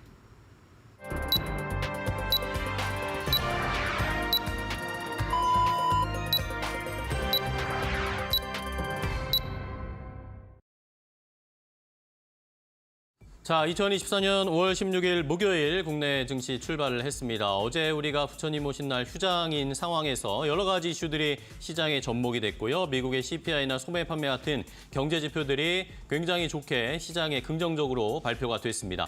자, 이러면서 뉴욕 3대 지수가 사상 최고치를 기록하면서 거래를 마감하는 모습이었는데 미국 시장에서도 그 전에 밈 주식들이 굉장히 급등하거나 이렇게 단기적인 종목들의 상승이 있었는데 CPI 발표하고 나니까 오히려 빅테크 종목들, 이 기술주들, 칩 관련 종목들의 반등세가 나왔습니다. 이런 분위기가 우리 시장에도 그대로 이어질 것으로 보이면서 그전에 우리가 많이 상승했던 화장품이나 저 PBR주보다는 반도체, 2차 전지 관련 종목들이 오늘 급반등하면서 시장을 끌어올리고 있는 상황입니다. 코스피가 1.5% 가까이 상승세, 코스닥은 1.2% 넘게 강하게 반등하면서 출발하는 상황인데요. 조금 더 자세하게 증시 출발한 상황, 고은별 앵커와 확인해 보도록 하겠습니다. 네, 국내 증시 출발을 알렸습니다. 오늘 양 시장 모두 다 강한 탄력을 받으면서 출발을 했습니다. 역시나 미증시의 훈풍을 고스란히 국내 증시가 받은 것으로 보이고요. 필라델피아 반도체 지수가 3% 가까운 오름세를 보인 만큼 오늘 기술주를 중심으로 오늘 시장이 움직이고 있습니다. 원달러 환율도 오늘 1,353원대로 내려앉았습니다. 외국인의 수급이 오늘까지 이어질 수 있을지 이 부분 함께 확인해 보시면 좋을 것 같습니다. 우선 시가총액 상위 기업들 흐름 함께 확인해 보겠습니다. 유가증권 시장의 시총 상위 기업들 함께 확인해 보시죠. 네, 시가총액 상위 기업들 1위부터 5위권의 흐름 함께 살펴보도록 할 텐데요. 오늘 전반적으로 상승 출발을 했습니다. 이데일리 스핀을 통해 조금 더 자세하게 알아보시죠. 네, 오늘 국내 증시 전반적으로 빨간 불을 그리면서 상승 출발한 종목이 많습니다. 시가총액 상위 기업 유가증권 시장의 출발 상황부터 함께 확인해 보도록 할 텐데요. 오늘 삼성전자 1.9% 강한 상승을 보이면서 출발을 했습니다. 그와 함께 SK하이닉스는 무려 4%에 가까운 오름세가 나오면서 오늘 반도체 대장주들이 좀 날아오르고 있는 모습이 나타나고 있는데요. 지금 엔비디아가 3.5%가량 상승하면서 마감을 했다는 게 국내 증시에도 긍정적인 방향성으로 이어지고 있습니다.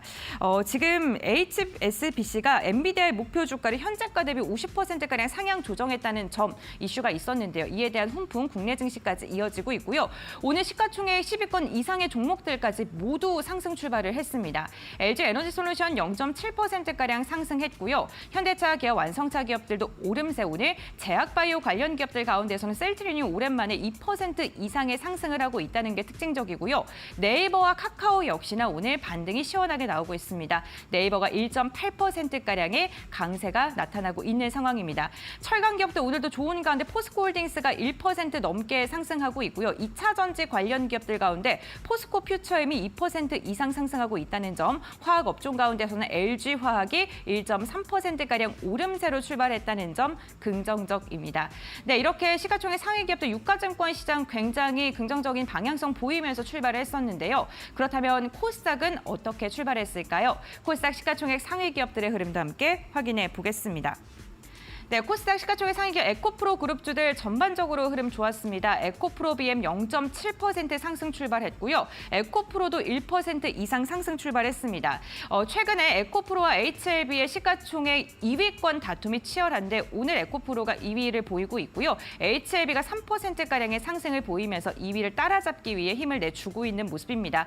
오늘 제약바이오 관련 기업들 전반적으로 흐름이 좋죠. 오늘 밤까지 미국에서 리보세라닙의 병용용법, 이 항암 치료 에 대한 허가 여부가 결정이 되게 되는데요. 이에 대한 훈풍 HLB가 고스란히 받을 수 있을지 이 부분 좀 체크해 보셔야 될 것 같고요.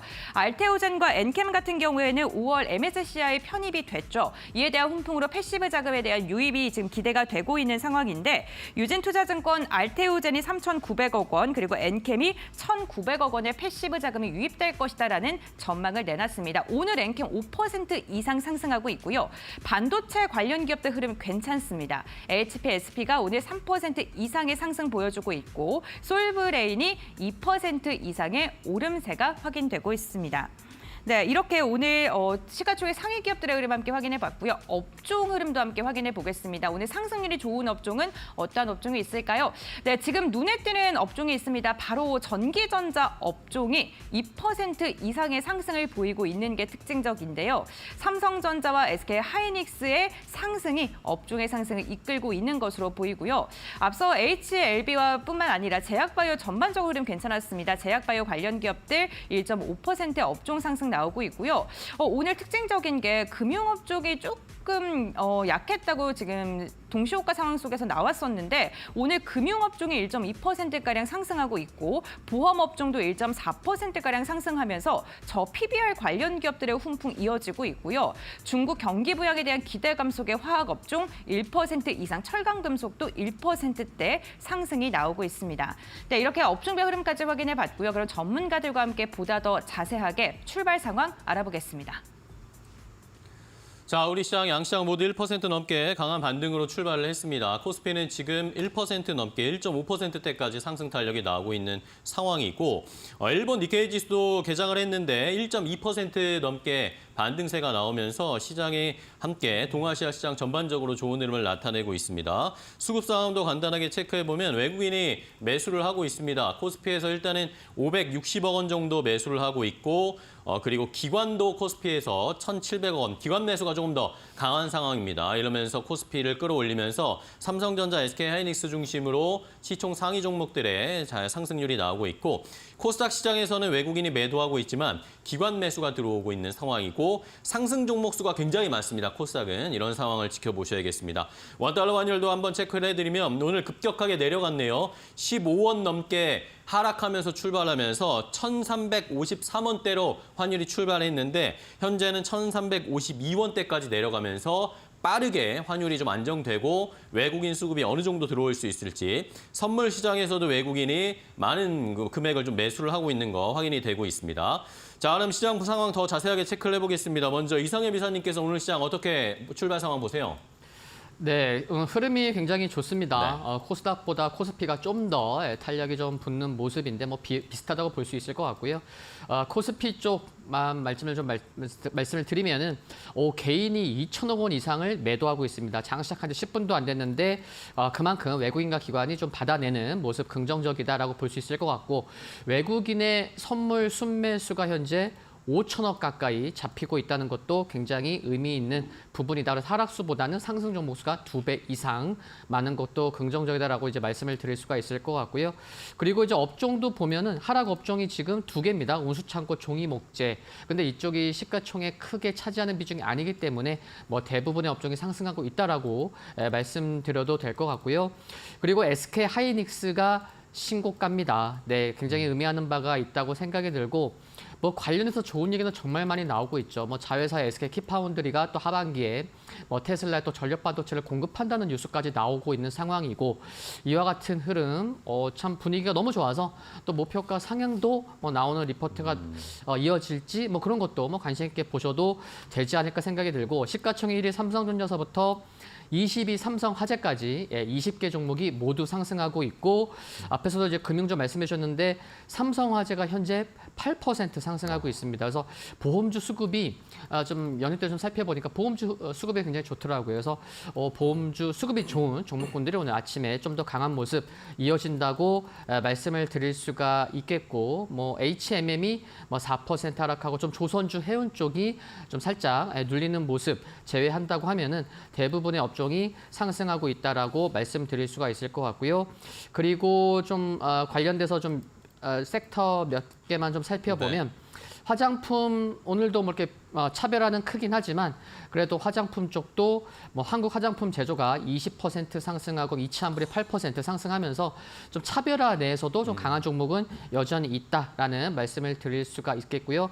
여전히 소부장 쪽 흐름 너무나 좋고 뭐 코스닥 쪽 종목군들이 워낙 많으니까 손 팀장님이 잠시 후에 말씀을 해주실 것 같고 그리고 마지막으로는 게임주 오늘 뭐 차별화 있긴 하지만 실적 좋은 발표된 기업들이 매우 많았기 때문에 게임주 오늘 뭐 위메이드 플레이드가 뭐 2% 상승하고 있고 뭐 1% 상승하고 있는 종목 많은데 이쪽도 계속해서 좀 봐야 되지 않을까 생각이 듭니다. 네, 좋습니다. 보험주도 뭐 언급을 해주셨는데 지금 실적 발표 막바지에 오늘 삼성생명이 조금 전에 또 실적 공시를 올렸습니다. 영업이익이 7,463억 원 기록하면서 전년 동기 대비해서 15% 넘게 감소했고 시장의 예상치도 약간 미치지 못했습니다. 하지만 말씀해 주신 것처럼 삼성화재가 지금 8% 넘게 상승하는데 삼성생명도 지금 3.5% 실적에 좀 실망감이 있었음에도 반등이 강하게 나타나고 있다는 거 체크를 해보시면 좋겠고요. 자, 손 팀장님도 바로 시장 상황 한번 분석해 볼까요? 네, 이사님께서 장 전에 코스닥이 코스피보다 상대적으로 약했다라고 말씀을 해주셨는데 동일합니다. 우리가 한 보통 시장 전망, 이제 과거 시장을 볼 때 보통 일주일치를 말하거든요. 그러면 저번 주 목요일과 금요일, 월요일까지는 코스피가 강했고 이제 코스닥 같은 경우는 화요일 날 이제 반등이 나왔습니다. 근데 그 반등세가 오늘 또 좀 이어지고 있다. 그래서 저 코스닥이 코스피에 비해서 이제 반격을 하고 있다. 그렇게 보고 있고요.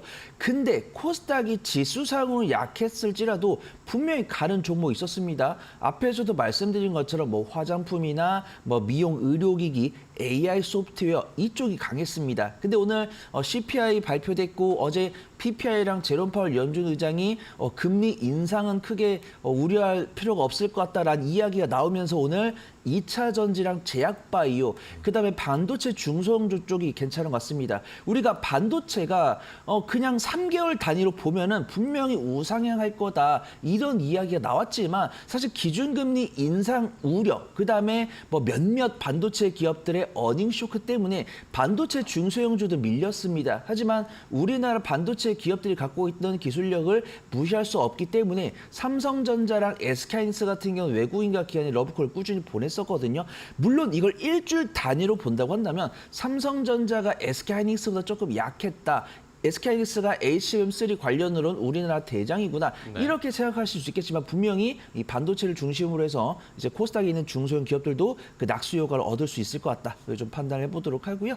섹터나 이런 부분들은 조금 더 체크한 다음에 말씀드리도록 하겠습니다. 네, 좋습니다.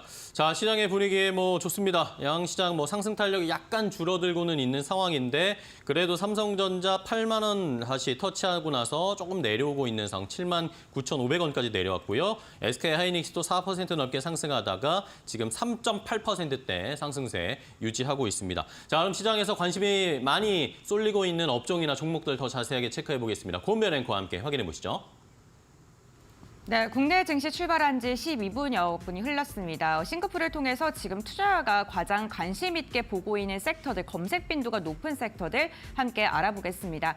네, 오늘 기술주들 강세를 보이고 있는 가운데 구리와 전선에 대한 관심은 오늘도 여전히 뜨겁습니다. 미국 에너지 규제 당국이 10년 만에 전력망 관련 규칙을 개정했다는 소식이 전해졌는데요. 인공지능 데이터 센터 열풍으로 인해서 전기 수요를 충족하기 위해 이번에 이렇게 개정한 규칙을 발표한 겁니다.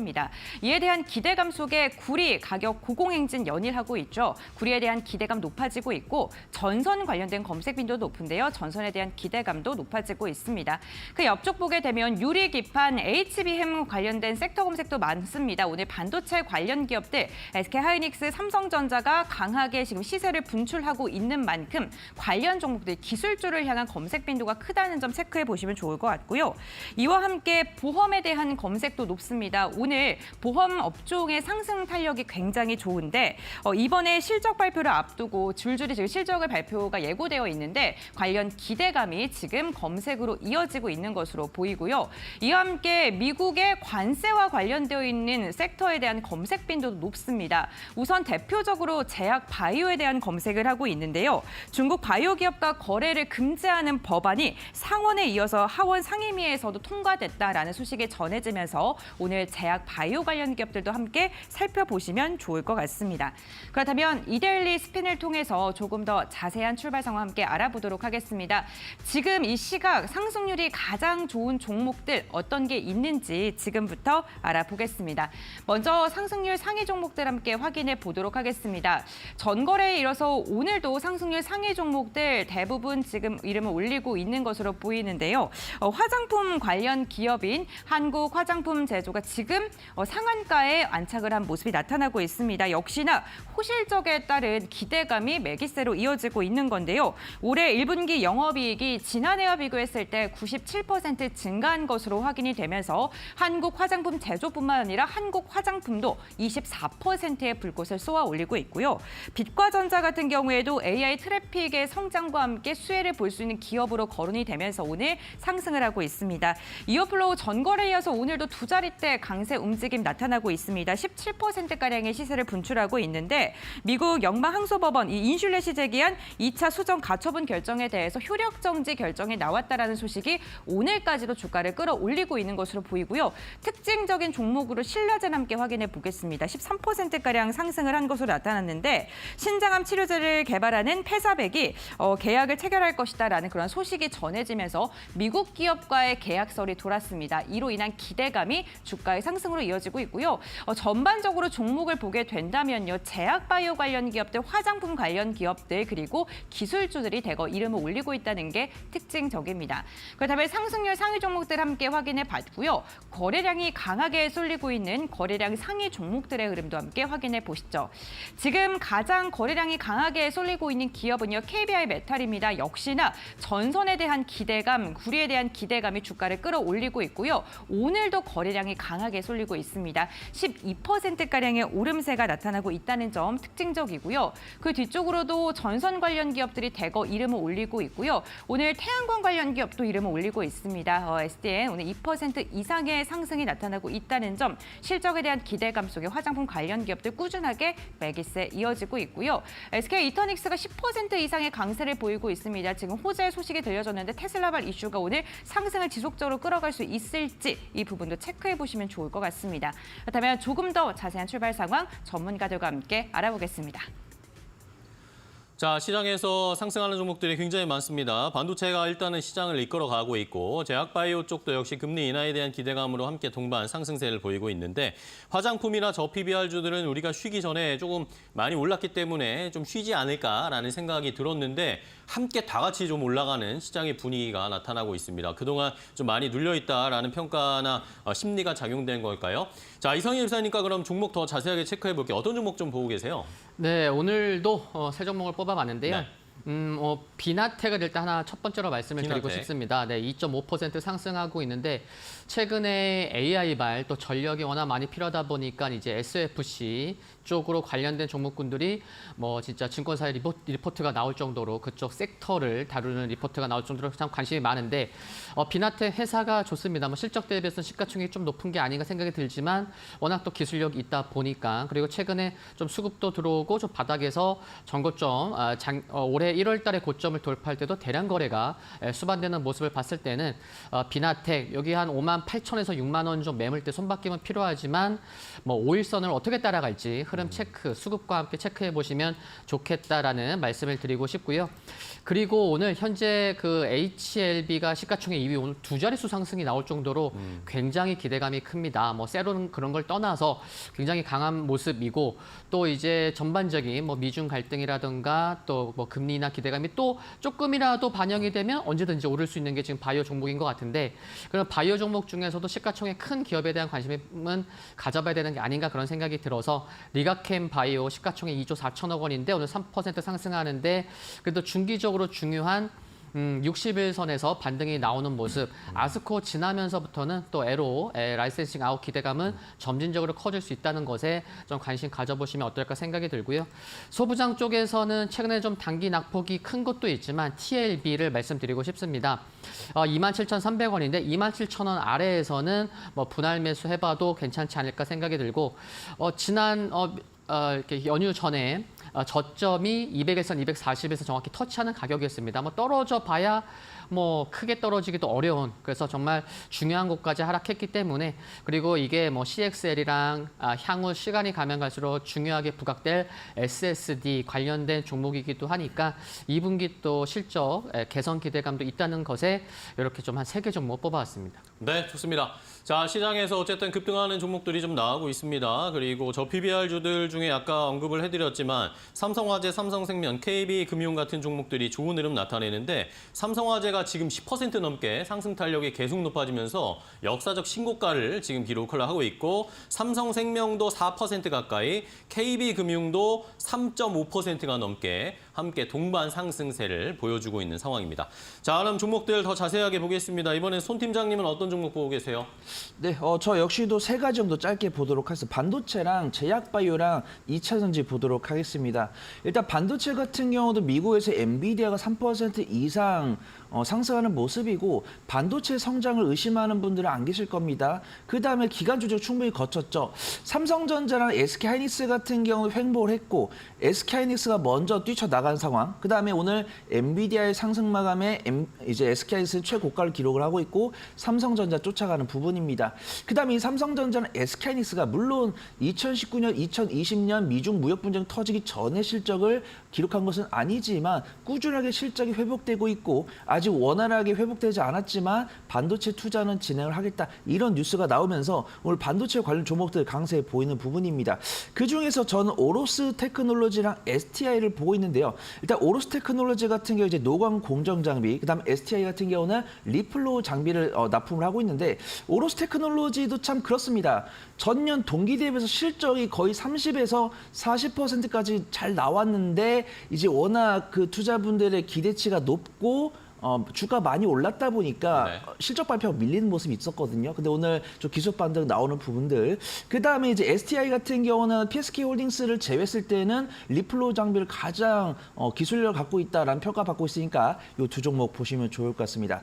제약바이오 같은 경우도 저도 또 좀 이 금액이 10만 원 따위가 넘어가는 종목을 그렇게 권해드리는 타입은 아닌데 그만큼 안전하고 10만 원 이상의 주가를 기록하고 있음에도 변동성이 강한 모습. 그다음에 기준금리 인하에 대한 기대감이 있고 뭐 SC 지형 변경이나 그냥 이런 기술력이 있다라는 게 아니고 네. 실적이 나오고 있는데 기술력 갖고 있고 기준금리 인하 기대감까지 갖고 있는 뭐 삼천당제약이나 알테오젠, HLB도 기술력뿐만 아니라 실적도 이번에 증명을 했더라고요. 요 세 가지 네. 종목 좀 보시면 좋을 것 같고 2차 전지 같은 경우는 바닥은 좀 잡았다라고 판단합니다. 그래서 전고체나 장비 쪽은 매매를 잘하신 분들 위주로 보시면 좋을 것 같고 네.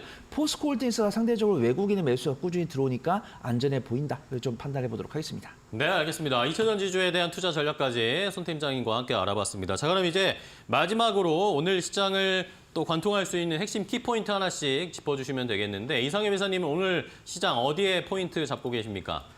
네, 삼성전자가 좀 중요하지 않을까 생각이 듭니다. 네. 삼성전자랑 SK하이닉스가 굉장히 엇갈린 흐름이 나왔었고 삼성전자 4일 연속 하락하다가 오늘 5일 만에 상승 전환합니다. 아까도 코스닥이 좀 상대적으로 저조한 흐름이 나오고 있는데 그 소부장이 좀 중요한 역할을 해줘야 되는데 그렇다고 하면은 삼성전자 흐름이 좋아야 되는 게 아닌가 그런 생각이 들어서 삼성전자의 좀 8만 원 강한 돌파 및 안착이 어느 때보다 코스닥 소부장 투심에 좀 중요하겠다. 그 부분 좀 이렇게 신경 쓰면서 좀 이렇게 매매에 임하시면 좋을 것 같습니다. 네, 알겠습니다. 삼성전자 오늘 8만 원 안착할 수 있을지 살펴보겠고요. 손 팀장님은요?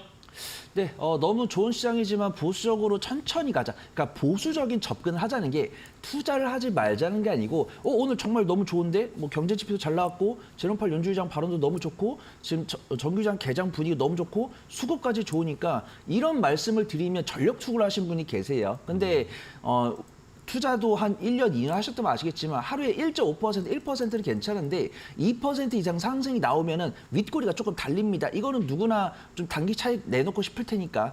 근데 현재까지는 뭐 코스피도 외국인 기관 쌍끌 순매수, 코스닥도 외국인 기관의 매수 나오고 있기 때문에 너무 긍정적이다. 근데 긍정적으로 전력 투구를 하기보다는 조금씩 분할 매수해 보시는 게 안전할 것 같다 말씀을 드리도록 하겠습니다. 네, 알겠습니다. 시장 상황 좋아지는 만큼 동반해서 점진적으로 투자 한번 비중을 높여보도록 하겠습니다.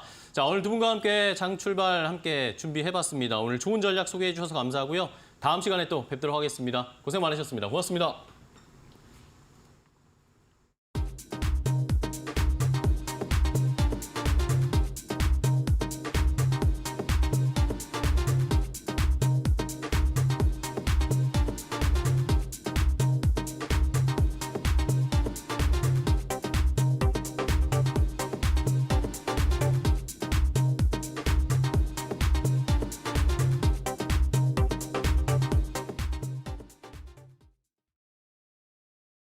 자, 이제 오늘 시장에서 잘 달릴 수 있을 만한 종목 골라보겠습니다. 오늘장 선발 종목으로 바로 이어갈 텐데 오늘장 선발 종목 보기 전에 저희가 지난 화요일에 파이널샷 프로그램에서 제시해드렸던 시초가 공략주 오늘 어떻게 출발했고 어떻게 대응해야 할지 한번 체크하고 가보도록 하겠습니다.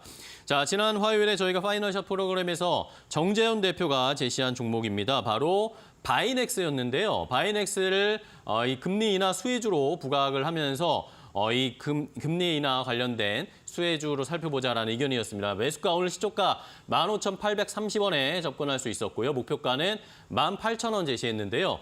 자, 오늘 주가 흐름 어떤가 확인해 보겠습니다. 바이넥스 아쉽지만 오늘은 좀 하락세를 기록하고 있네요. 2% 넘게 하락세를 기록하면서 제약바이오 관련 종목 중에 잘 고를 수 있을 만한 종목으로 한번 오히려 좀 저가에 매수해 볼 수 있는 기회인지 잘 판단을 해보셔야 되겠습니다. 자, 그럼 이제 오늘장 선발 종목으로 바로 이어가겠습니다. 오늘장에 잘 달릴 수 있을 만한 종목, 양질의 종목을 오늘도 저희가 준비했는데요. 메리츠증권 강남금융센터의 황혜수 차장과 함께 종목 선발해보겠습니다. 차장님 안녕하세요. 네, 안녕하세요. 네, 반갑습니다. 자, 오늘 시장 전반적으로 좀 반등세가 강하게 나오고 있는데 이런 시장에서 어떤 종목을 골라볼까요? 그렇습니다. 우리 같은 경우 반도체 섹터를 중심으로 현재까지 강한 상승 흐름이 나타나고 있는 상황이고요. 다음 주 엔비디아 실적이라는 이벤트만 잘 넘기게 된다면 시장은 연말까지는 큰 이슈 없이 상승할 가능성이 높다라고 말씀드릴 수가 있겠습니다. 따라서 지수 상승과 연동된 종목 중에 하나인 증권 섹터에서 미래에셋증권을 말씀을 드리겠습니다. 네, 좋습니다. 미래에셋증권 같은 경우에는 2분기 실적 발표가 있었습니다. 컨센서스에 부합하는 실적을 발표를 했는데요. 동사 같은 경우는 올해 꾸준한 실적 회복이 기대된다는 점이 긍정적이다라고 말씀드릴 수가 있겠습니다. 시장에서 우려하고 있는 PF 관련된 손실 부분은 거의 다 반영을 하면서 어느 정도 시장에 이제 반영이 됐다고 보시면 될 것 같은데요. 이제는 실적 회복이 본격화되는 것이 긍정적인 부분이다라고 말씀드릴 수가 있겠고, 추가적으로 주가 상승의 모멘텀이라고 할 수 있는 부분이 주주환원 정책이다라고 말씀을 드리겠습니다. 미래에셋증권사 같은 경우에는 상장된 회사들 중에서 자사주가 무려 35%를 가지고 있는 회사인데요. 5월 말, 6월부터는 이런 자사주에 대한 정부의 시행령이 예상되면서 자사주 소각과 같은 적극적인 주주 환원 정책이 기대된다는 점에서 가장 큰 수혜를 볼 수 있다라고 말씀드릴 수가 있겠습니다. 동사 같은 경우는 이제 실적 발표와 컨퍼런스 콜을 통해서도 밝힐 예정이지만 적극적인 주주 친화 정책을 발표할 것으로 예상이 되어 있기 때문에 동사 같은 경우는 앞서 말씀드린 대로 밸류업 프로그램의 가장 큰 수혜로 주가 상승도 나타날 수 있다 이렇게 말씀을 드릴 수가 있겠습니다. 현재 국내 애널리스트들 같은 경우에는 자사주를 포함해서 실적 PER이라든지 PBR을 산정을 하고 있는데 앞서 말씀드린 대로 미래에셋증권이 가지고 있는 자사주 비율이 35%이기 때문에 자사주 소각이 시작된다면 밸류에이션 리레이팅도 큰 폭으로 나타날 수 있다는 점 다시 한번 말씀드리겠습니다. 네, 좋습니다. 증권주도 좀 봐야 된다. 금융지주나 보험주도 오늘 많이 올라가고 있는데 증권주도 한번 기대해보면서 그러면 가격 전략 어떻게 잡을까요? 현재가 매수하시는 전략 말씀드리겠고요. 목표가는 우선적으로 9,000원, 손절가는 박스권 하단 부분이 6,600원으로 말씀드리겠습니다. 네, 알겠습니다. 증권주 중에 미래에셋증권 증권주의 탑으로 한번 골라보고 오늘 시장에서 잘 살펴보도록 하겠습니다. 오늘 좋은 종목 소개해 주셔서 감사하고 다음 시간에 뵐게요. 고맙습니다. 감사합니다. 네, 잘 들었습니다. 자, 이렇게 오늘장 선발 종목으로 미래에셋증권을 제시를 해드렸습니다. 전반적으로 이제 금리 인하에 대한 기대감이 높아지면서 지수가 레벨업 될 수 있을 거다라는 기대감, 저 PBR 관련주들로 역시 함께 수혜받을 수 있는 종목이니까 오늘 장 마칠 때까지 흐름 잘 확인해 보시면서 좋은 타이밍에 접근해 보시기 바랍니다. 지금까지 오늘장 선발 종목이었습니다.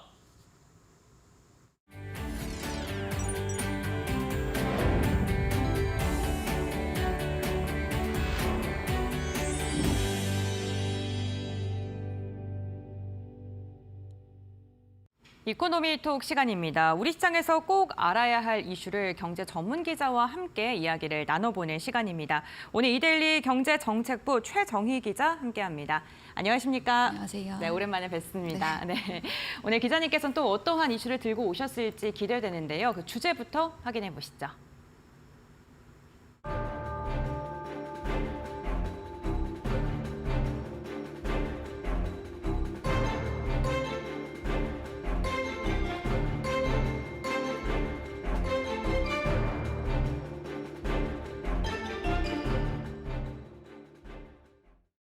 네, 우리 시장이 쉬어가는 사이 글로벌 시장에서는 빅 이벤트를 소화해주는 움직임이었습니다. 시장이 가장 주목했던 4월 CPI가 발표가 된 건데요. 시장의 예상치에 부합하는 그러한 CPI 지표가 발표가 되면서 오늘 국내 증시 랠리를 보여주고 있습니다. 구체적으로 발표 내용부터 앞으로의 연준 입장과 한국은행의 입장 가능성까지 이야기 나눠보겠습니다. 우선 물가 지표가 나왔는데요. 어떻게 발표됐는지부터 짚어볼까요? 네, 그 4월 미국 소비자 물가 상승률이 예상치에 부합하거나 소폭 하회하면서 물가 지표가 서서히 둔화되고 있음을 보여줬습니다. 4월 미국 소비자 물가 상승률이 전월비 0.3% 올라 시장 예상치 0.4%를 하회했습니다. 전년 동월비로는 3.4% 올라 시장 예상치에 부합했습니다. 3월 물가 상승률이 3.5%였던 것에 비해선 둔화된 것입니다. 식료품 및 에너지를 제외한 근원 물가는 전월비 0.3%, 전년 동월비 3.6% 올라 이 역시 시장 예상치에 부합했습니다. 근원물가 전년 동월비 상승률은 3년 만에 최저 수준입니다. 전년 동월비로는 1월에 3.9%, 2월과 3월엔 3.8%에서 4월 들어 둔화된 것입니다. 네, 그렇군요. 올 들어 뜨거웠던 인플레이션이 주춤하는 모습이 나타나면서 이로 인해 시장 금리 인하에 대한 기대감이 다시 커지고 있는데요. 이 소비자 물가 지수가 발표되기 전날에 PPI가 발표가 됐습니다. 네, 맞습니다. 어쨌든 선행 지표이기 때문에 좀 눈여겨봤을 것 같은데 이건 또 어떻게 나왔습니까? 소비자 물가가 나오기 전날이죠. 우리나라 네. 시각으로 14일 저녁에 미국 4월 생산자 물가 지표가 나왔는데요. 이거는 시장 예상치를 상회했습니다. 미국 4월 생산자 물가 지수는 전월비 0.5% 올랐습니다. 시장 예상치 0.3%보다 높아졌습니다. 전년 동월비로도 2.2% 올라서 작년 4월 2.3%를 기록한 이후 1년 만에 가장 높게 상승한 것입니다. 식료품 및 에너지를 제외한 근원 생산자 물가도 전월비 0.3% 올라 시장 예상치 0.2%를 훌쩍 뛰어넘었습니다. 전년 동월비로도 3.1% 올라서 작년 4월 이후 1년 만에 최고치를 보였습니다. 통상 생산자 물가는 1, 2개월 시차를 두고 소비자 물가에 반영되고 있기 때문에 2분기 물가 지표가 시장의 바람대로 계속 둔화될지는 좀 더 지켜봐야 할 것 같습니다. 네, 4월 PPI 같은 경우에는 시장 예상치를 웃도는 좀 그런 게 나왔는데 3월에 발표가 좀 수정이 됐다고 들었습니다. 좀 네, 긍정적으로 맞습니다. 바뀐 걸까요? 네, 그렇습니다. 네. 이제 미국 노동부가 4월 생산자 물가 지표를 발표하면서 네. 3월 생산자 물가 지표를 수정했습니다. 원래는 3월 생산자 물가 상승률이 전월비 0.2% 상승으로 봤는데 0.1% 하락으로 수정됐습니다. 그러니까 3월 지표가 이렇게 하향 조정되면서 한편으로는 좀 안심했지만 또 4월 생산자 물가 지표는 높게 나오면서 약간 혼선이 커졌습니다. 제롬 파월 연방준비제도 의장은 3월과 4월 엇갈린 생산자 물가 지표에 대해 혼재됐다라고만 평가하면서 평가 자체를 유보했습니다. 네, 좀 신중한 모습을 파월 의장이 보여주고 있는 것 같은데 이 소비자 물가 상승률은 예상치에 부합하긴 했습니다만 이 기대 인플레이션 그 전에 발표가 됐었죠. 기대 인플레이션율 자체는 지속적으로 좀 높아지고 있는 게 확인되고 있는데 그렇다면 이것도 물가의 부담으로 작용할 수밖에 없지 않습니까? 네, 맞습니다. 이번 주 물가 지표가 나오기 전에 기대 네. 인플레이션율이 발표됐습니다.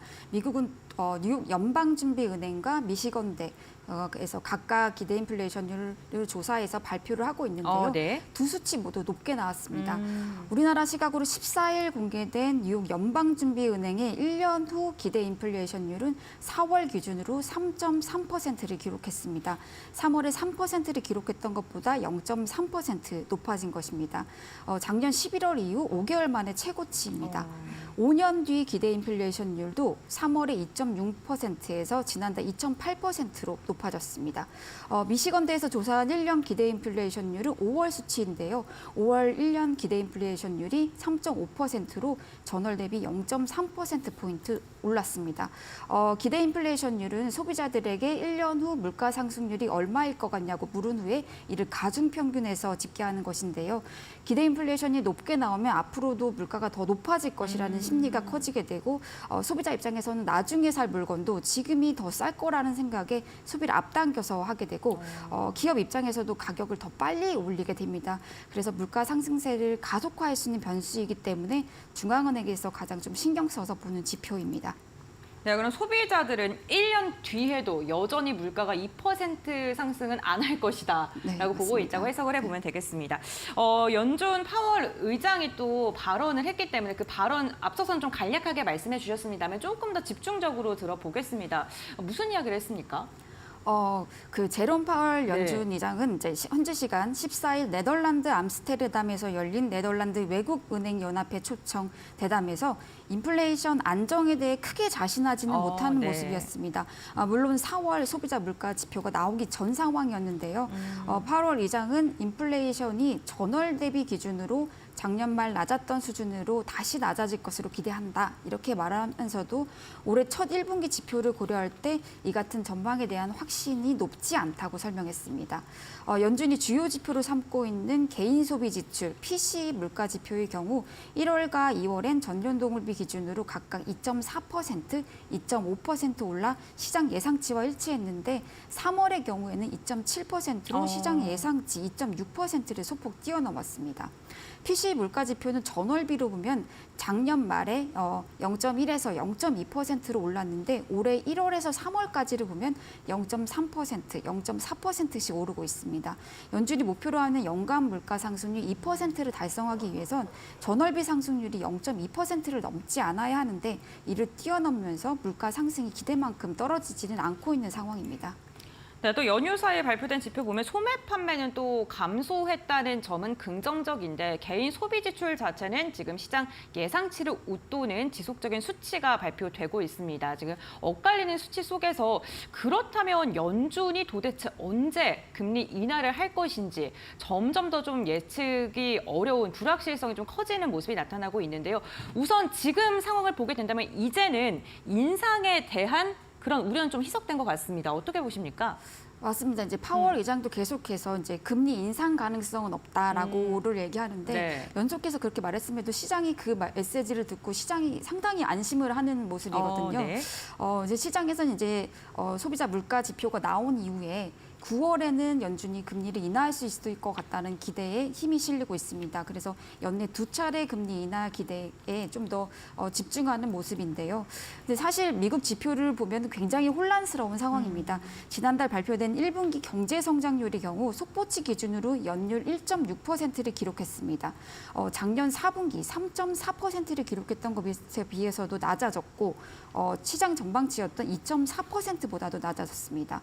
가계 초과 저축이 소진되고 있다 이런 평가가 나오고 있는데요. 미국 상무부에서 발표한 미국 4월 소매 판매는 전월비 보합 수준이었습니다. 시장 전망치 0.4% 증가를 하회하고 그 전달인 3월 수치인 네. 0.6% 증가도 하회한 것입니다. 보다 낮아진 것인데요. 또 4월 비농업 부분 취업자 수도 17만 5천 명 증가의 예상치 24만 명보다 크게 낮아졌습니다. 실업률도 예상치 3.8%를 뛰어넘는 3.9%를 기록했습니다. 미국 경기 한쪽에서는 화랑새가 서서히 식어가는 모습을 보이고 있는데 여전히 물가 지표가 혼재되면서 연준의 금리 인하를 자신할 만한 상황은 아닌 것으로 보입니다. 네, 노동시장의 둔화가 좀 확인되고 있다는 점도 금리 인하에 좀 힘을 보태주는 지표 중 하나가 아닐까 싶습니다. 우선 어제 물가 지표 발표된 다음에 9월 인하 가능성 시장에서는 지금 72%까지 좀 높아졌다는 점도 참고해 보시면 좋을 것 같고요. 이런 상황에서 지금 글로벌 중앙은행을 보게 된다면 연준과 탈동조화하는 현상이 나타나고 있는 것 같습니다. 스위스에 이어서 스웨덴도 금리 인하했고요. 영국 같은 경우에도 6월에 금리 인하할 것이다. 영란은행에 대한 분석도 지속적으로 나오고 있는 맞습니다. 상황이거든요. 근데 우리도 좀 중요한 날짜를 앞두고 있지 않습니까? 다음 주 목요일 날 금통위가 열릴 예정인데 한국은행은 이번에 좀 어떠한 선택을 할지도 궁금합니다.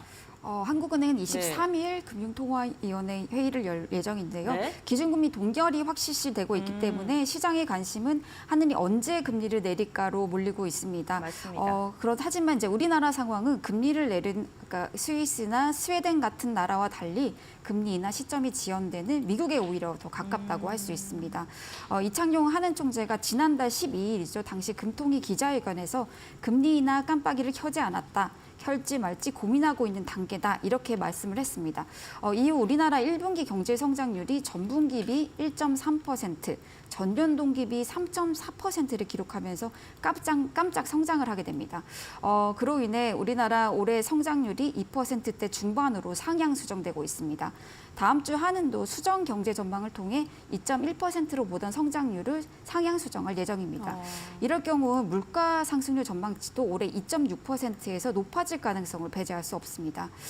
이런 상황 때문인지 이 총재는 이달 초 아시아개발은행, 즉 ADB 연차총회 참석자 조지아 트빌리시에 방문해서 기자들과 간담회를 갖고 원점이라고 표현하기는 그렇지만 4월 당시와 상황이 바뀌었다. 연준의 금리 인하 피봇 시그널과 우리나라 물가 상승률 전망치, 경제 성장률 전망치 등 이렇게 세 가지 전제 조건이 달라졌다고 하면서 사실상 통화 정책을 원점 재검토할 것임을 시사했습니다. 마치 4월에 깜빡이를 켤지 말지 고민 중이라고 했지만 속으로는 금리 인하를 고민해 왔던 것처럼 금리 인하를 재검토하겠다는 것인데요. 이 총재는 연준이 작년 12월부터 금리 인하 피봇 시그널을 줘왔다고 평가해 왔습니다. 미국의 금리 인하 시점이 연초에는 3월이었고 미뤄져봤자 5월, 6월 정도였는데 현재는 9월 또는 11월, 최악의 경우는 한 번도 못하는 거 아니냐 이런 얘기까지 나오니까 이에 따라서 하드의 스탠스도 달라지고 있는 것입니다. 연준의 금리 인하 시점이 한 5월이나 6월이라면 우리가 금리 인하 시점을 정하는 데 있어서 연준의 눈치를 덜 봐도 되겠다 싶었는데 환율이 지난달 1,400원까지 오르면서 연준의 눈치를 안 볼 수 없는 상황이라는 점도 크게 영향을 미치고 있습니다. 제가 그 금리에 대한 이슈를 좀 확인을 하면서 궁금했던 게 그렇다면 연준이 금리를 인하했을 때 우리나라도 인하를 선택할 것인가에 대한 의문도 좀 들더라고요. 금리 역전차가 지금 11개월째 이어지고 있지 않습니까? 네, 맞습니다. 제롬 파월 그 FOMC에서 금리 인하를 하더라도 우리나라는 좀 유지할 가능성도 있지 않습니까?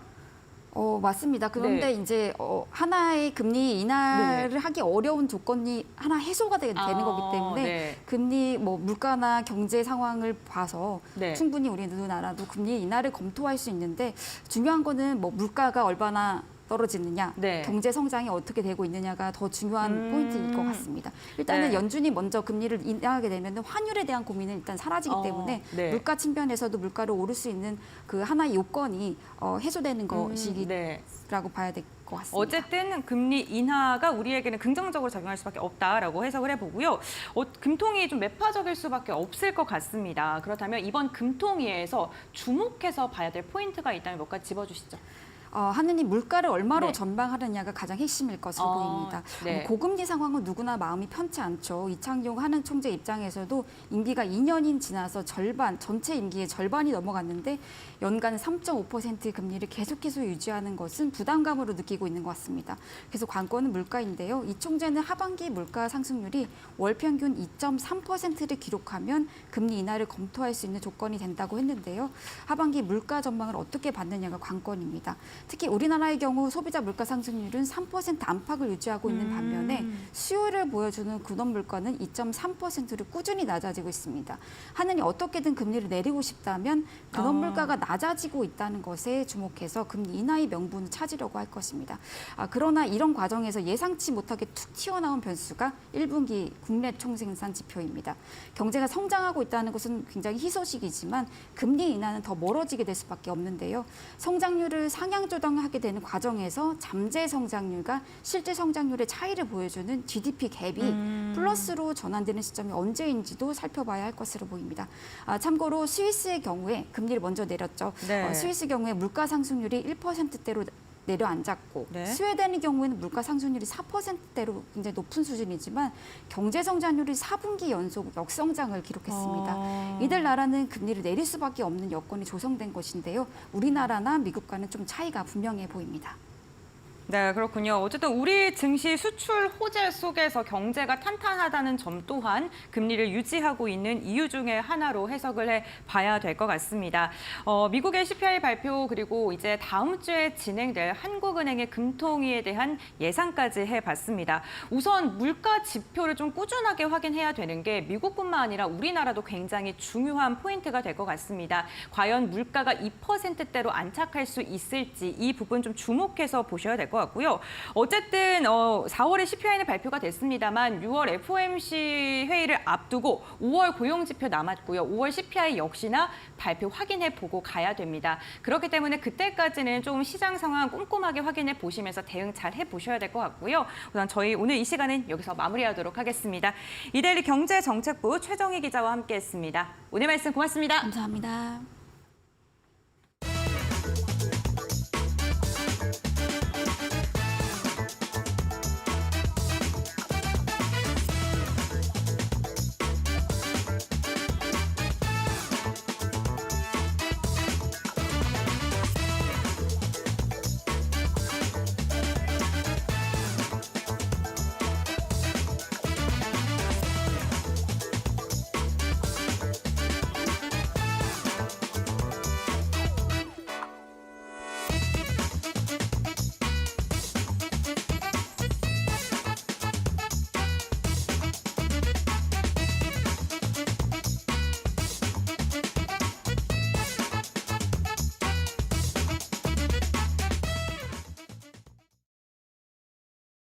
자, 이제 개장하고 45분 정도가 지나가고 있는 시장인데 외국인 기관이 양시장에서 모두 동반 매수를 하면서 탄력이 조금씩 더 높아지고 있는 상황입니다. 오후까지 이런 분위기가 이어질지 어떻게 대응해야 할지 알아봐야겠죠? 네, 그렇습니다. 오후장 투자 전략을 통해서 알아가 볼 텐데요. 오늘 이 시간 하이투자증권의 이화진 과장 연결되어 있습니다. 안녕하십니까? 네, 안녕하세요. 네, 과장님 안녕하십니까? 네. 자, 시장의 흐름이 일단은 뭐 좋게 출발을 했습니다. 이웃 시장의 일본 시장 같은 경우에는 탄력이 좀 떨어지는 것 같은데 우리 시장은 계속 탄력 좋게 흘러가고 있습니다. 어떻게 보셨어요? 네, 뭐 우리나라 국내 시장 같은 경우는 뭐 사실 그동안 이번 1분기 실적만 보더라도 사실 기존에 이제 영업에 대한 수정치가 조금 많이 올라왔던 것 같습니다. 뭐 첫 번째로는 일단 애플에 관련된 뭐 그동안 폴더블 관련 얘기들이 하나둘씩 많았었지만은 최근에 뭐 파이nem텍이나 아니면은 세경 하이테크, UTI와 같은 이제 리포트가 이제 꾸준히 하나씩 나오고 있는데 7월달 파리 올림픽에서 이제 갤럭시 언택 행사가 아마 있을 것으로 보이고 있습니다. 결국에는 새로운 신규 폴더블 시리즈 같은 경우는 일반적으로 내장 힌지가 먼저 양산이 됩니다. 7월이면은 아마 5월부터 본격적으로 이제 내장 힌지부터 양산이 시작되고 내장 힌지가 양산이 될 것으로 보고 있기 때문에 그런 애플 이슈도 있겠지만은 삼성 갤럭시 이슈도 함께 이제 나오고 있다는 점을 좀 말씀드리겠고 그러면서 최근에 수급적 요인들이 크게 좀 동반되는 모습을 보여주고 있습니다. 두 번째로는 뭐 오늘 뭐 바이오 섹터 강한 상승 흐름을 보이고 있는데 물론 이제 알테오젠도 MSCI 이제 편입 이슈가 있고 뭐 오늘 저녁에 이제 HAB 관련된 리보세라닙 관련된 FDA 승인 이슈가 있을 것으로 보이고 있습니다. 결국 지금 시장 자체가 9월달에 금리 인하 기대감이 한 90% 가까이 이제 올라왔기 때문에 그런 금리 인하 기대감이 좀 바이오 투심에 대한 회복세가 좀 강한 흐름이 아니었나 좀 생각을 하고 있고요. 그리고 SK 하이닉스 같은 경우 물론 최근에 삼성전자가 엔비디아과 관련 이제 수율 개선 이슈로 인해 가지고 결국에는 당분간은 이제 HB 시장에서는 좀 독보적인 흐름으로 계속할 수 있지 않을까라는 좀 시장에 대한 전반적인 평가가 나오고 있는 것 같습니다. 오늘 그러면서 뭐 한미 반도체 등 SK 하이닉스 관련된 밸류체인들이 좀 강한 상승 흐름을 좀 보여주고 있는 것 같습니다. 그렇군요. 전반적으로 금리 인하에 대한 기대감 속에서 종목별로 상승이 나타나고 있는 걸로 보이는데 그렇다면 중요한 게 오후장까지 이 탄력이 이어질 수 있을지가 궁금합니다. 전략 어떻게 잡아야 될까요? 네, 뭐 금리 인하 기대감은 이제 좋기는 한데 뭐 오늘 저녁에 이제 HAB FDA 승인 이슈로 인해서 지금 일단 수급적인 영향은 굉장히 나오고 있습니다. 사실 그동안 주가가 조금 올라왔다는 측면에서는 이거를 이제 세론 효과로 받아들여야 되는 건지 아니면 FDA 승인 이후에 향후에 이제 미국 시장에 대한 진출에 대한 밸류도 어느 충분히 상방에 대한 여력도 있을 거로 보이고 있지만은 결국에 이런 변동성 자체가 좀 커질 수 있다는 측면이 HLB 하나의 문제일지 아니면 전반 중점적인 바이오 시장의 여파일지를 조금 두고 봐야 될 것으로 보이고 있기 때문에 일단 오후 투자 전략 같은 경우는 바이오는 조금은 지켜보자라는 측면이 있고요. 그리고 두 번째 같은 경우는 사실 이번에 우리나라 휴장이긴 했습니다만은 이제 구글 쪽에서도 AI 관련된 연례 행사를 진행했었고 그런 AI 소프트웨어 관련주들이 최근에 강한 상승 흐름이 계속 나오고 있습니다. 결국에는 이제 22일 엔비디아 실적 발표에 그 이전까지에 대한 강한 상승 흐름이 좀 나올 수 있을 것으로 보이고 있기 때문에 GPT-4o 같은 경우도 이미 시장에서는 계속 큰 흐름으로 좀 보여주고 있기 때문에 이쪽으로 좀 전략을 좀 취해보면 되지 않을까 생각을 하고 있고 마지막으로는 이제 게임 섹터들 최근에 흐름이 굉장히 좋습니다. 그만큼 1분기 실적으로 일단 보여줬었고 그동안 오랫동안 부진되어 왔던 이 흐름들의 게임 섹터에 대한 접근도 충분히 유효하지 않나 좀 생각을 하고 있습니다. 네, 알겠습니다. 마지막까지 오늘 시장 흐름 잘 지켜보겠습니다. 오늘 좋은 전략 소개해 주셔서 감사하고요. 다음 시간에 또 뵐게요. 고맙습니다. 네, 감사합니다. 네, 잘 들었습니다. 자, 이렇게 마켓나우 일부 오늘 저희가 준비한 소식은 여기까지 전해드리겠습니다. 네, 저희는 내일도 보다 더 정확하고 빠른 정보로 여러분과 함께하겠습니다. 네, 내일 아침 8시에 찾아뵙겠습니다. 시청해주신 여러분 고맙습니다.